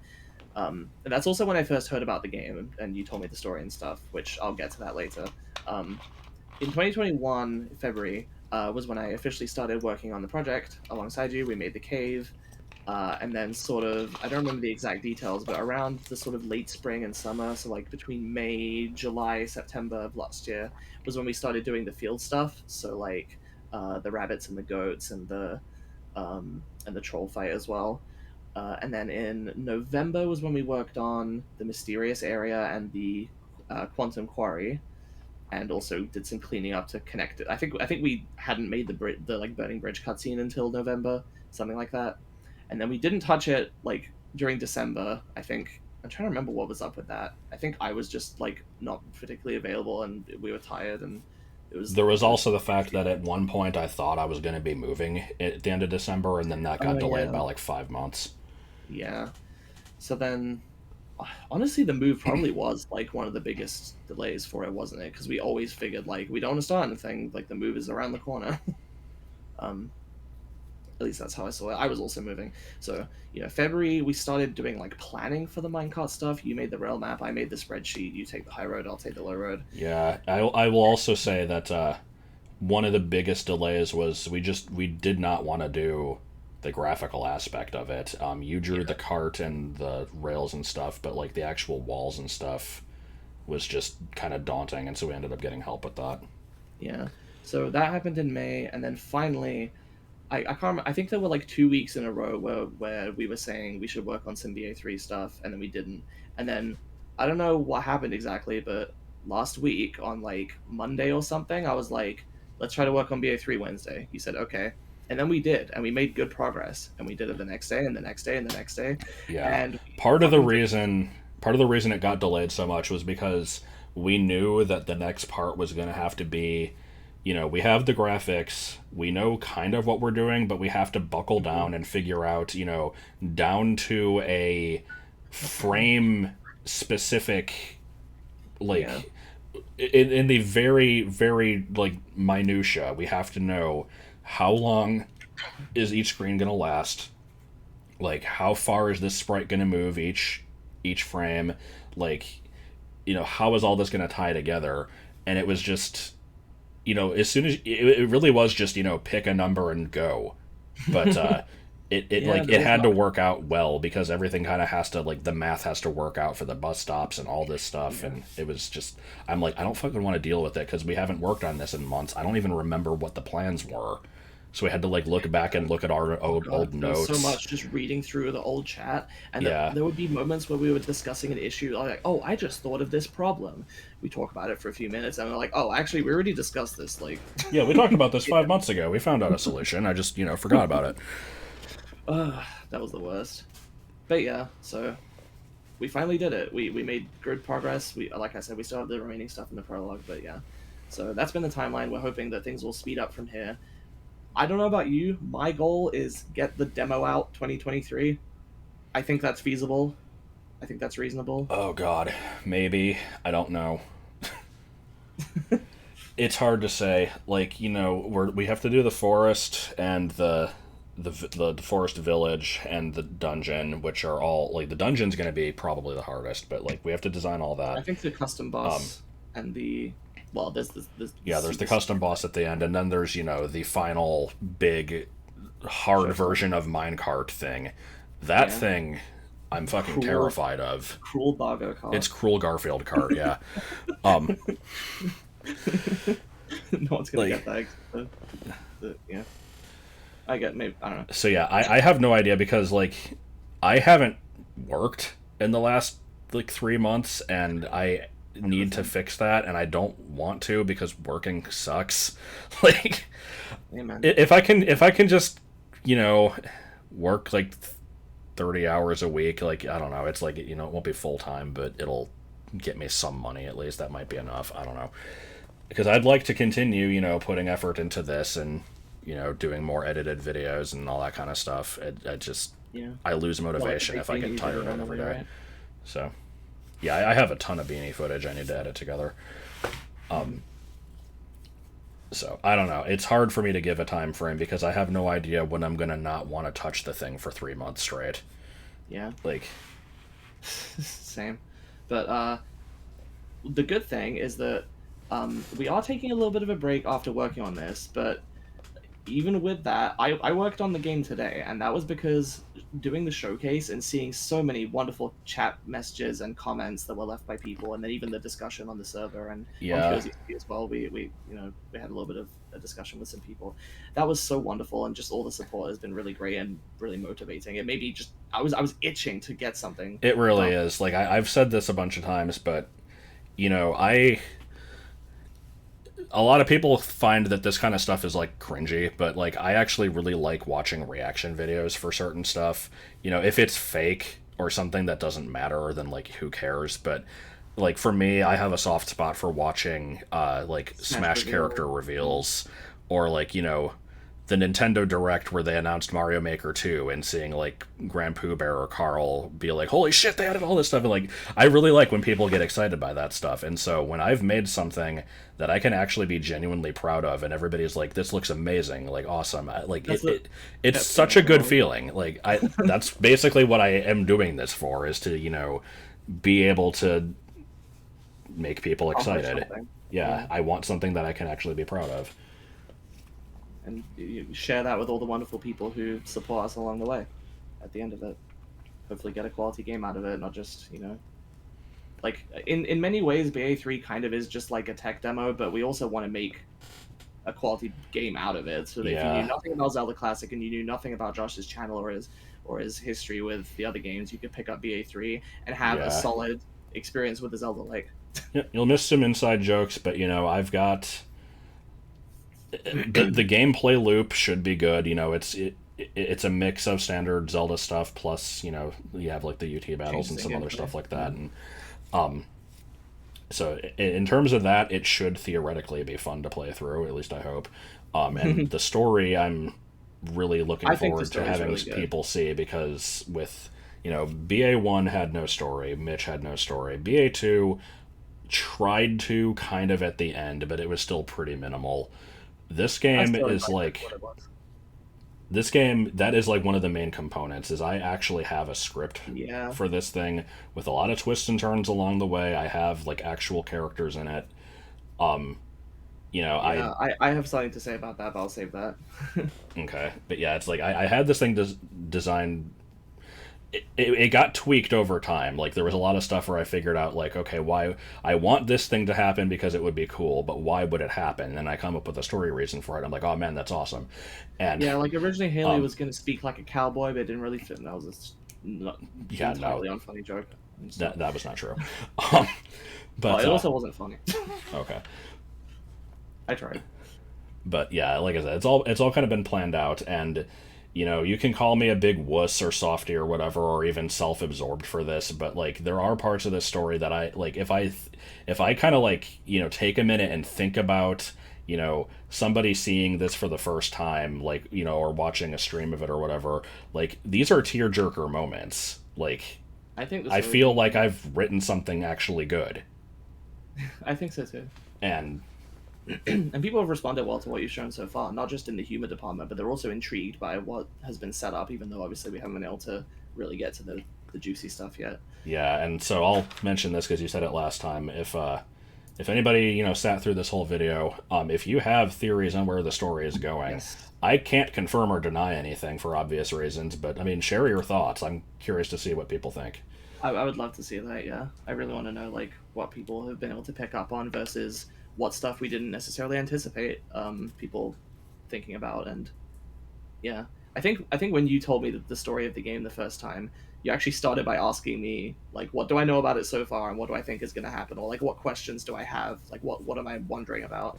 And I gave you a couple of answers, and you said like, oh yeah, some of that gets touched on, and should be interesting. And it was, which is putting it lightly, because yeah, like I've mentioned this before, I think, but like when you first shared the story with me, I'll give a little bit of context before you explain it. Like I said, I had this thing planned out for ages. I told Joel about most of it. There was a point where I wanted to, like, I don't know how to describe this, but I wanted to basically pitch the story to like Martin and Joel as like one big block, and like, you know, I saw a clip once of somebody basically, you know, pitching the idea of finding Nemo scene by scene, like this is what happens. And it's like I wanted to basically do that and see like, you know, does this sound good? Is there anything you should change? And I didn't do it because they just didn't want to hear it. So like, because they didn't want to be spoiled, right? Well, Martin just kind of didn't care, and I don't know. They were like, oh, it'll be weird. I don't know.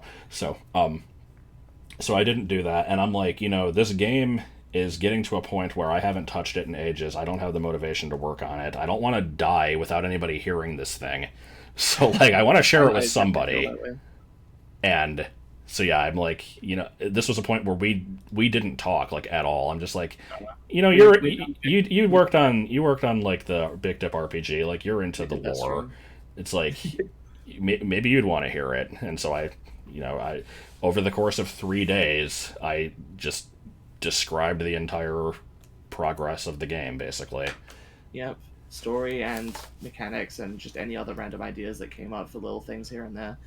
And I got to the, I didn't just listen and wait until the end. I was responding throughout, but when it got to the end of it, I was like, this needs to exist. I don't remember if I said this to you at the time or if this is just what I was thinking to myself. I'm like, this needs to exist. I don't want to live in a world where this game does not come to fruition.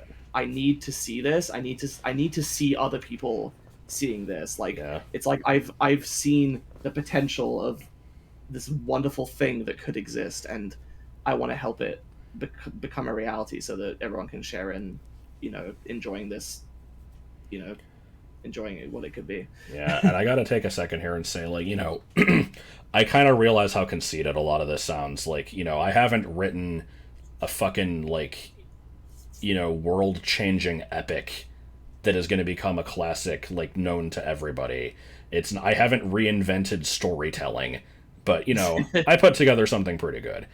And I'd say it's the, like, one of the best things I've ever come up with. And so... Like, I was moved just hearing it described. Like, seeing it actually artfully represented through this medium will be a whole other thing. I mentioned way back in the Isle of the Winds LP, I'm like, I keep talking about, like, I have these ideas for BA3. I'm going to share some of the basic skeleton of this game, but I'm like, I want to eventually put my money where my mouth is and not just keep talking this big game of like, oh, I have all these ideas, but they're never going to go anywhere. So it's like, I don't want to sound like, I'm hyping this thing to a point where it could never be realized, because, like, whatever, it's a Zelda game, it has a decent story, but I really like it, and I want to see it finished. So yeah, I mean, at the end of the day, what it is it comes from somewhere authentic. It's, something that inspires. And it's a love letter to a lot of other games and stuff that I've enjoyed. Exactly.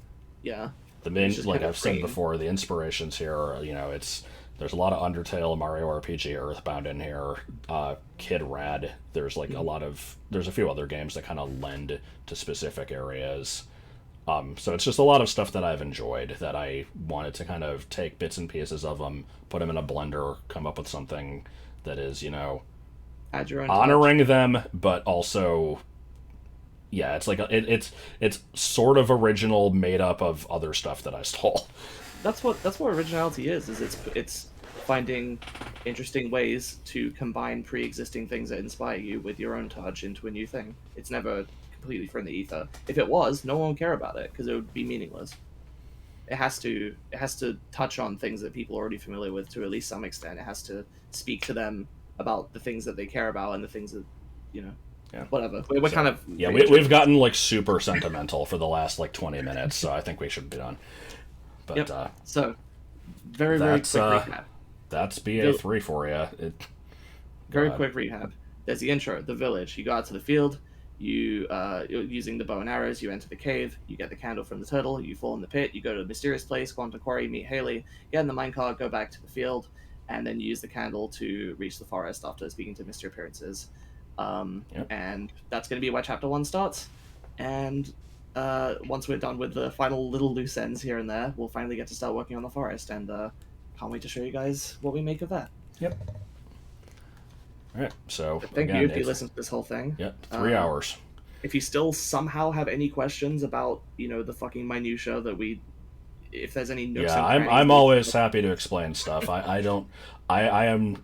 If the 3-hour video was not an indication of this, I am not the magician that doesn't reveal his tricks. We could talk about this game. I like to let people see how I did weird crap. So indeed. And the same way. All right. Dead to rights. You're on. Dead to rights.